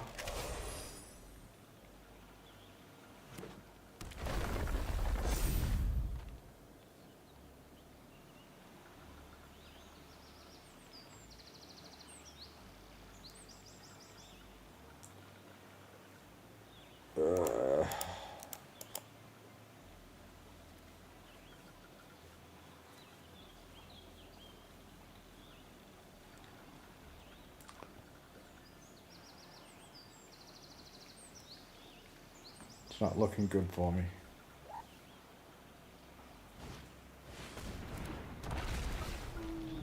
Whoa, crap, I'm screwed. I'm gonna lose this game.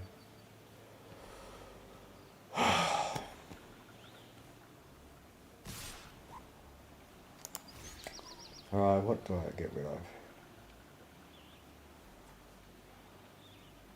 Okay, I can't get rid of his... When this creature dies, create a treasure token. I guess I'll get rid of that then. Oh my god, I'm screwed. Ash, look at the top 5 of my library.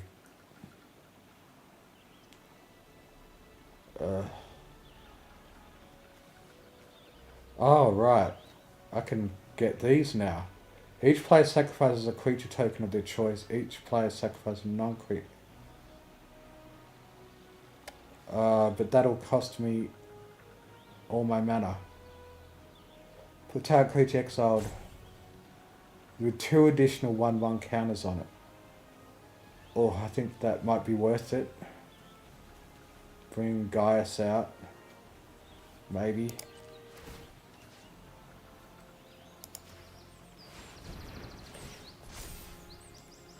Each player sacrifices an enchantment. Non-token creature of their choice. Oh, that won't be very helpful. No, I've lost this game. I guess that's it.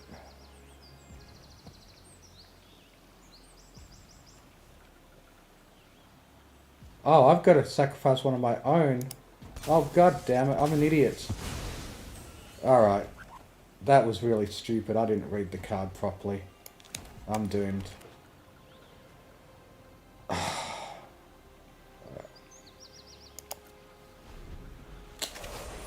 Whoops. I don't think it matters anyway. I would have lost either way. He's overpowered me way too much.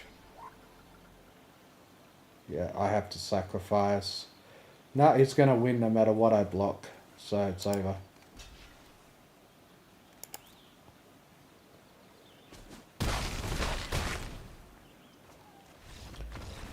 Ah, only 2 wins.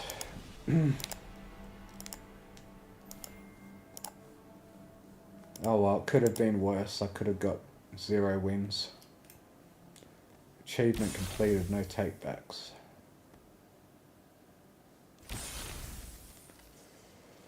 Alright, so I get 2 packs and 250 gems. I guess I'll open those 2 packs now. And I got some mastery progress from completing some dailies. Oh, only 1 level. Got some orbs. 1 orb. I guess I might as well save until I at least get 2. I'd like all the card backs first before any of the card styles.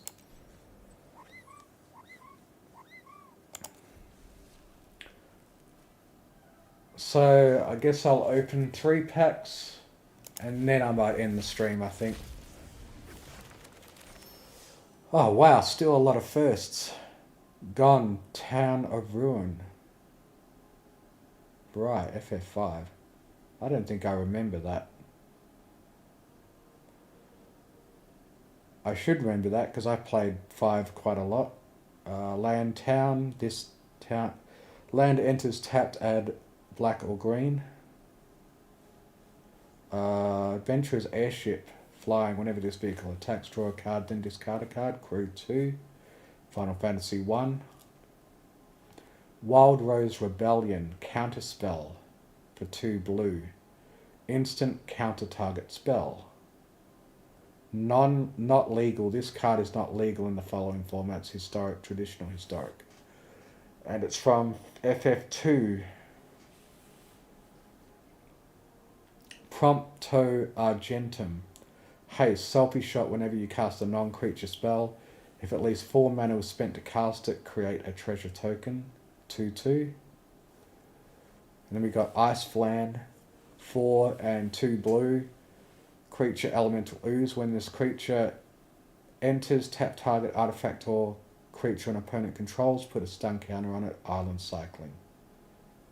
Stun counter? I don't think I've seen that before. If a permanent with a stun counter would become untapped, remove one from it instead. Okay. And that's from FF10. I guess Ice Flans were pretty common on that game. Eject. Yeah, I've seen that card before. Alright, my rare is Nibelheim, a flame. For 2 colourless and 2 red. Sorcery. Choose target creature you control. It deals damage equal to its power to each other creature. If this spell was cast from a graveyard, discard your hand and draw 4 cards. And flashback for 7 mana. And it's the classic scene of Sephiroth walking into the flames. Man, surprised I'm still getting a lot of firsts. So we got Ether. I thought I've seen that before. Maybe just in the draft I saw it.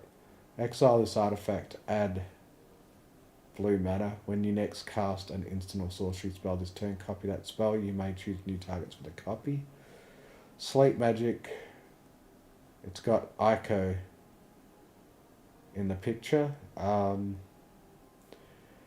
Enchantment Aura. And enchant creature. When this aura enters, tap enchanted creature. So it's basically pacifism. Well, what was the other one? Anyway, I kind of expected it to be a tiered one. Alright, and my rare is Summon Primal Odin. As this Sega enters after your first... Yeah, I know. Okay, 1, Gun Tier. Destroy target creature an opponent controls. 2, Zantetsuken. This creature gains... Whenever this creature deals combat damage to a player, that player loses the game. Wait, what? This creature gains... Whenever this creature deals... Okay. So if you can hit the player with it on its second turn, you win the game. And then 3, Hall of Sorrow. Draw 2 cards. Each player loses 2 life. Okay, that's got some pretty good potential.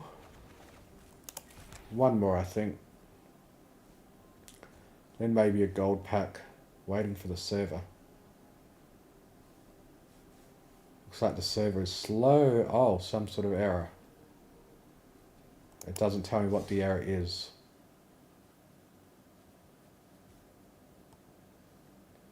I better not lose the pack or something. Waiting for server. What's going on? Waiting for what?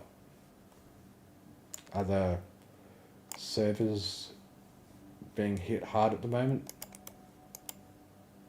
Will I find out what cards I even got?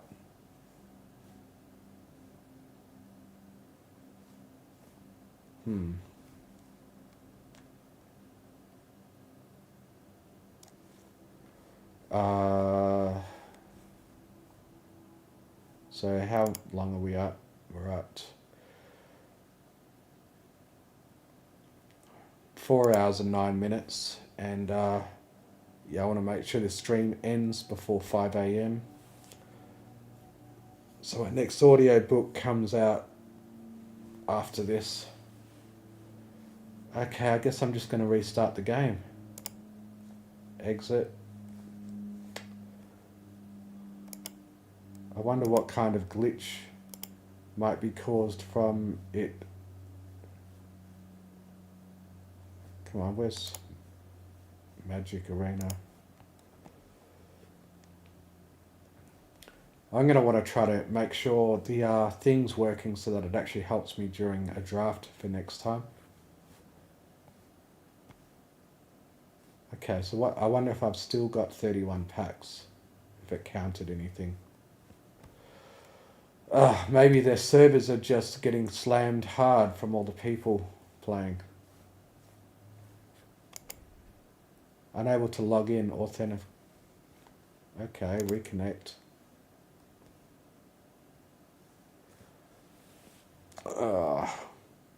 I guess their servers are getting hit hard. Maybe this is a good sign that I should just quit here.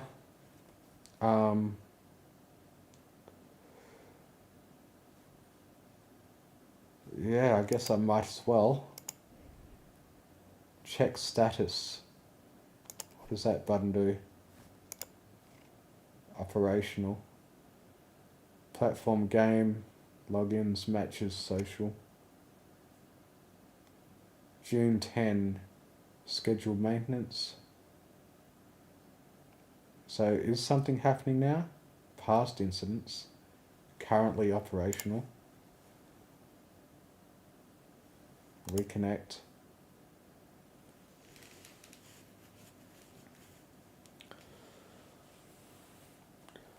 Alright, well, since it's going to not be working for who knows how long, I guess this is just a good time to end the stream. And I think I might do more. I'll do more. I'll play it more, but I don't think I'll just record it non-live. Because I don't really want these streams to get in the way of traffic to my audiobooks.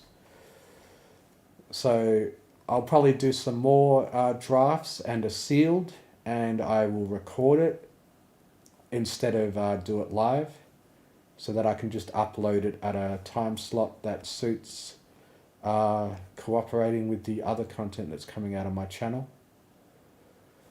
And yeah, in 55 minutes, my next audiobook will come out.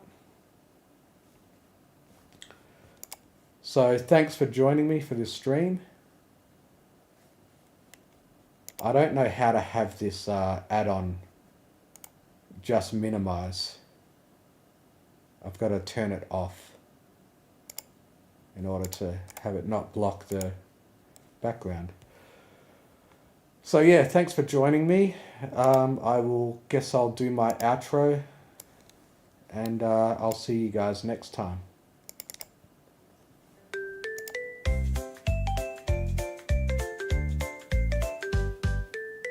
It's the Mystery Pony Fiction Channel. Also available as a podcast on Spotify. And Izzy Moonbow is best pony, by the way. Fiction. Bro, hoof, comment, subscribe.